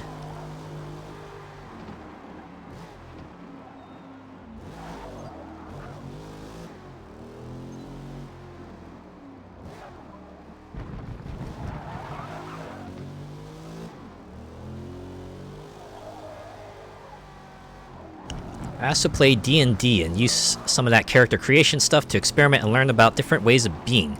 For example, my last two characters were asexual and the last one was non-binary. Ah! See, that's a fun way to do it too. Role-playing. That lets you explore a bunch of areas that you might not be able to otherwise. At least if you're like around a good group of people, it gives you like a space where you can kind of explore your identity. That's always great when you manage to find something like that.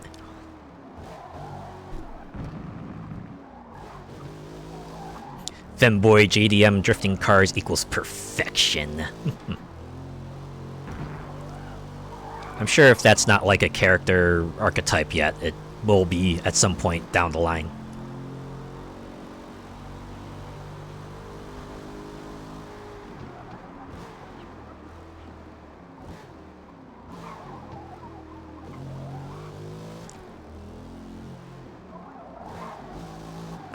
Yeah, I've been quoted 20 grand. Oh dear.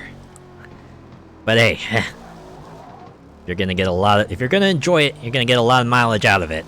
Then that's what matters in the end, right?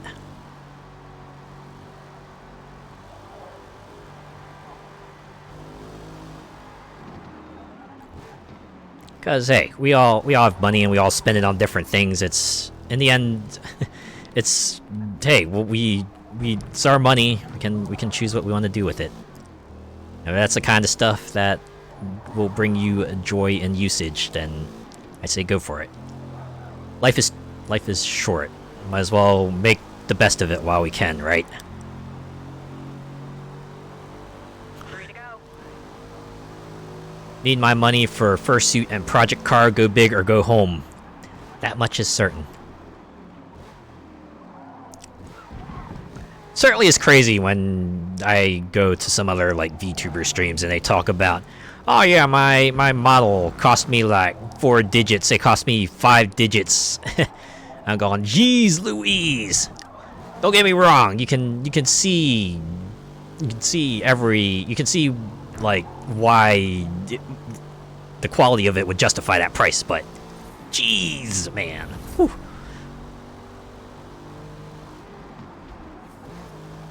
Yeah, I mean, the one was funny because she had no interest or relationship for herself, but she sure enjoys seeing what happens to others.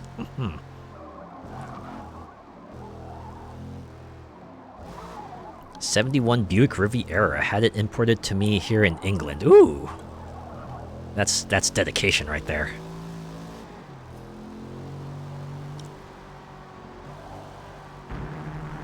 Gotta save money right now.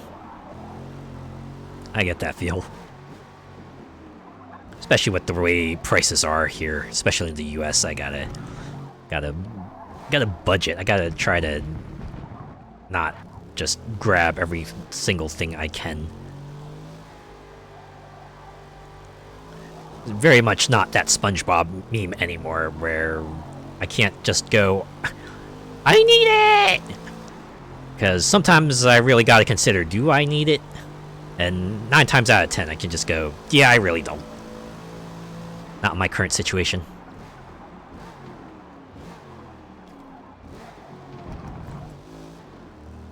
I got my GTR 34 for free since it was in a scrapyard and couldn't watch a good car like that through the waste.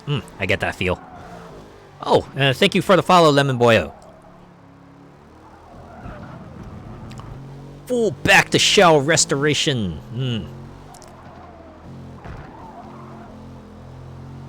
Wish you best of luck on that. I'm sure it'll be fantastic once it all comes together.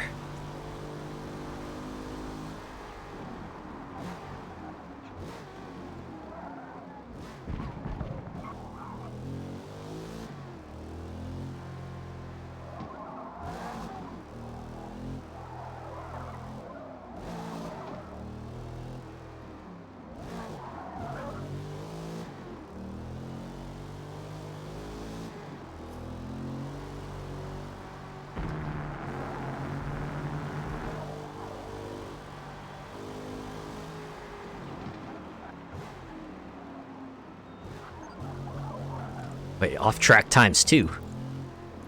Oh, they didn't penalize me for it.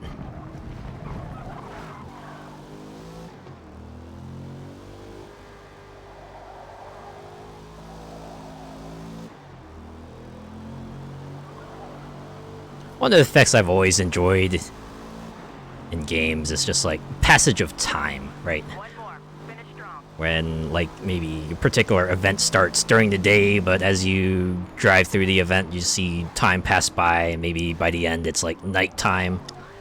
Kind of a neat transition. Sometimes you don't even notice until, like, oh, wait, it's not the same as it was at the start. Or, you know, maybe it's like rain that just progressively becomes heavier as time goes on. It's kind of neat. Kind of neat way they're able to change effects like that. I saw it in the back, and it was abandoned by its last owner and had everything with it and only 500 kilometers on it. Ah. Yeah. I can get that feel when it feels like, ah, man. It's like, yeah, like you said. It would be a waste of a perfectly good car. Like, why would you not want to try to fix it up? Or at the very least, give it some more mileage. Yeah, the rolling time, right?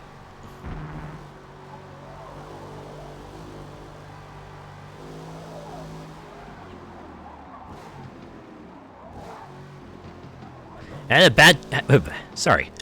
a bunch of old Japanese mods from the 90s. It's gotta be fascinating. A product of its time. but it does make you wonder what kind of story does this car have to tell? Who was its previous owner? And what did they do with it? Well, I guess you could probably imagine what they did with it if they had certain mods, but still. Just gotta... Probably can't help but think, boy, what else has this car seen?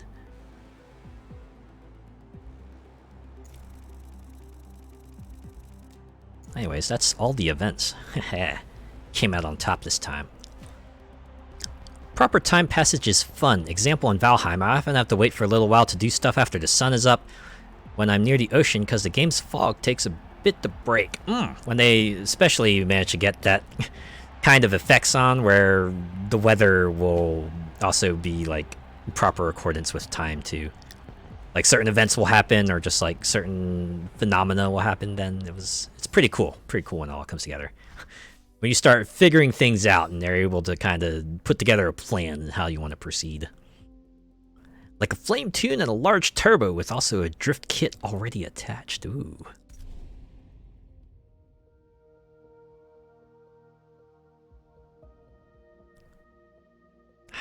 Alright, well, as much as I love to continue to chat with all you fine folks, I've been going for 4 hours. We got through another 2 events here, so we're making it. We're making it through. We're a little over halfway through the Builders Cup.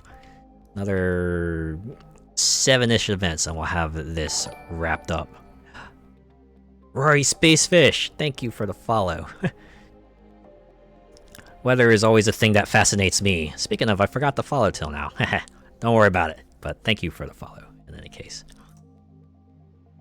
But yeah, as much as I'd love to continue to chat, it has been a while and it's getting a little late here, so I think I'm going to call it here. Yeah, thank you again, everyone who came in during the raid, who came in and chatted, who stayed around and lurked, and you know, who stuck around and hung out. I appreciate each and every one of you.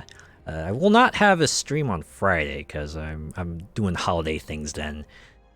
So I'll be back on Sunday where we'll check out Cook Serve Delicious 3. It's like a good old post-Thanksgiving little event there. We're going to be making some food. Going on a food truck, making dishes and going about the USA. So hope I'll see you then. It was imported for the scrapyard back in 2000 and sat there up until 2021 when I saw and picked it up. The history was something when the guy who was about to scrap it told me, wow, 21 years. Hey, you know what? Probably good thing it stuck around because finally found the person who was willing to give it a second chance, right? Have a good night, Azure. Yeah, have a good night too, Molecular Shadow Fox. All right, let's see who's on. Who can I raid?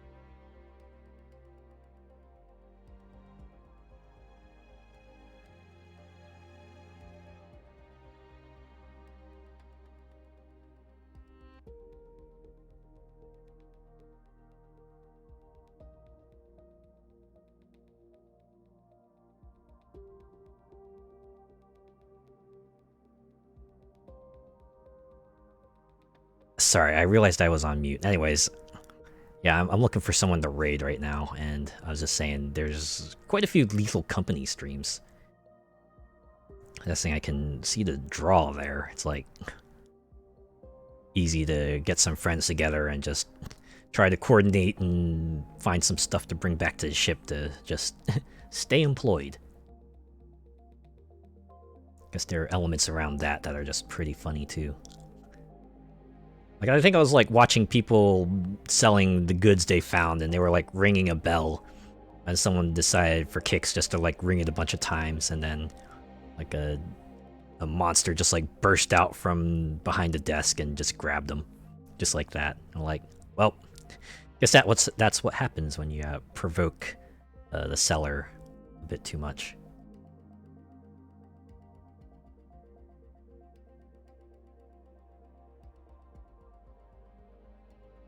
Hmm.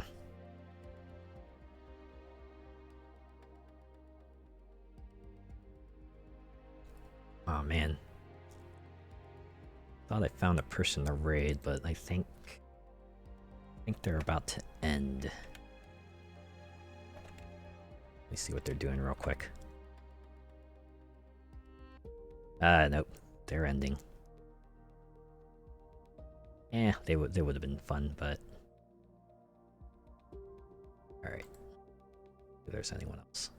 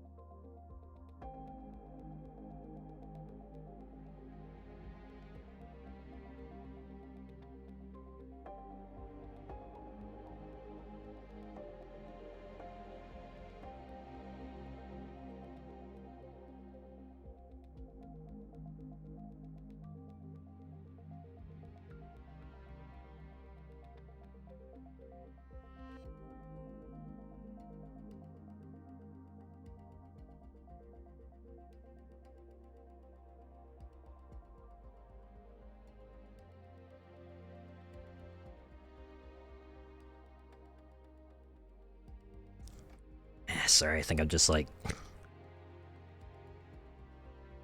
getting hit with the decision paralysis once again. And you only get like one raid per stream, and try to mull over. Okay, who do I wanna raid into?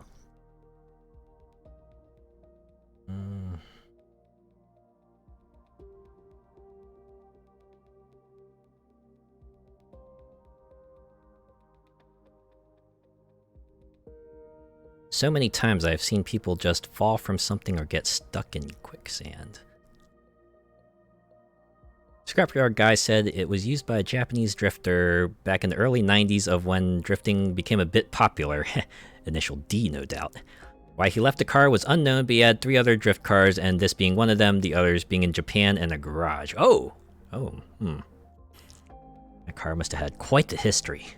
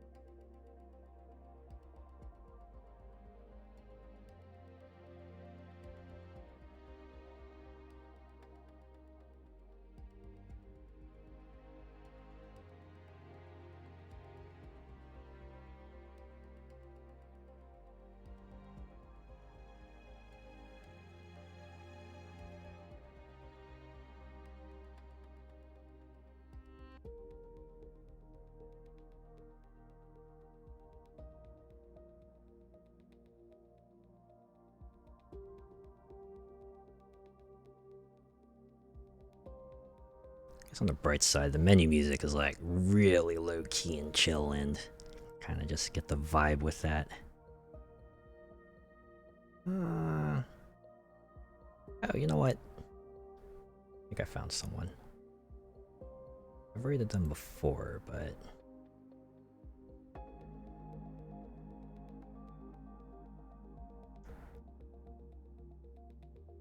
they're having fun in the game. I think they might might be worth it. Sorry, I'm just gonna give one more pass over my lists here, see if I'm missing anyone else.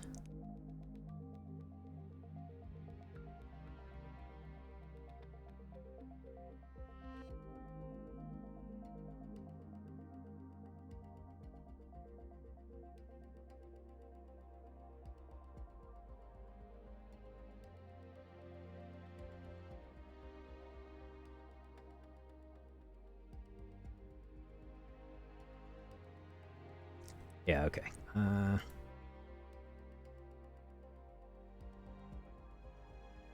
They probably have raids open, but let's see. Apparently the Sun is looking after them, but doesn't have the time to use them at all. It's a Honda NSX and a Porsche 911 with a wide body, which is awesome. Ooh. I guess that must be just a hard decision they had to make. It's like, alright, I can't keep all the cars, so I just gotta let one of them go, and they picked the one, but thankfully that one eventually found a new home.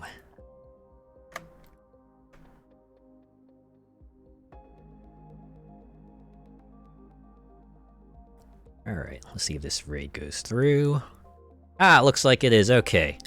Kijit is playing Lies of P, and well, I imagine if you don't know what that game, it's like a Souls-like game with a Pinocchio aesthetic. Very familiar, very akin to Bloodborne. A lot of people have compared it to, and it seems like everyone who's played it has mostly enjoyed it. So, yeah, we'll go say hi to them. They're apparently staying in Kyoto, near my old hometown. Oh, very interesting.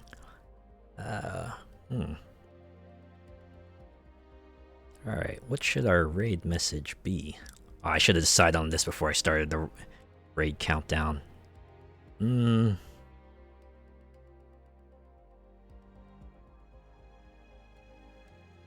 if we went with,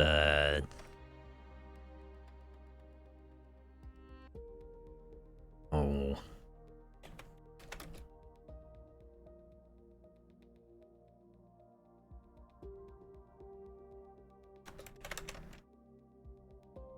There, JDM and Muscle Raid. If you're joining on the raid, give them that. And if not, have a good rest of your weekend, start to your weekend. I'll see you Sunday. Take care.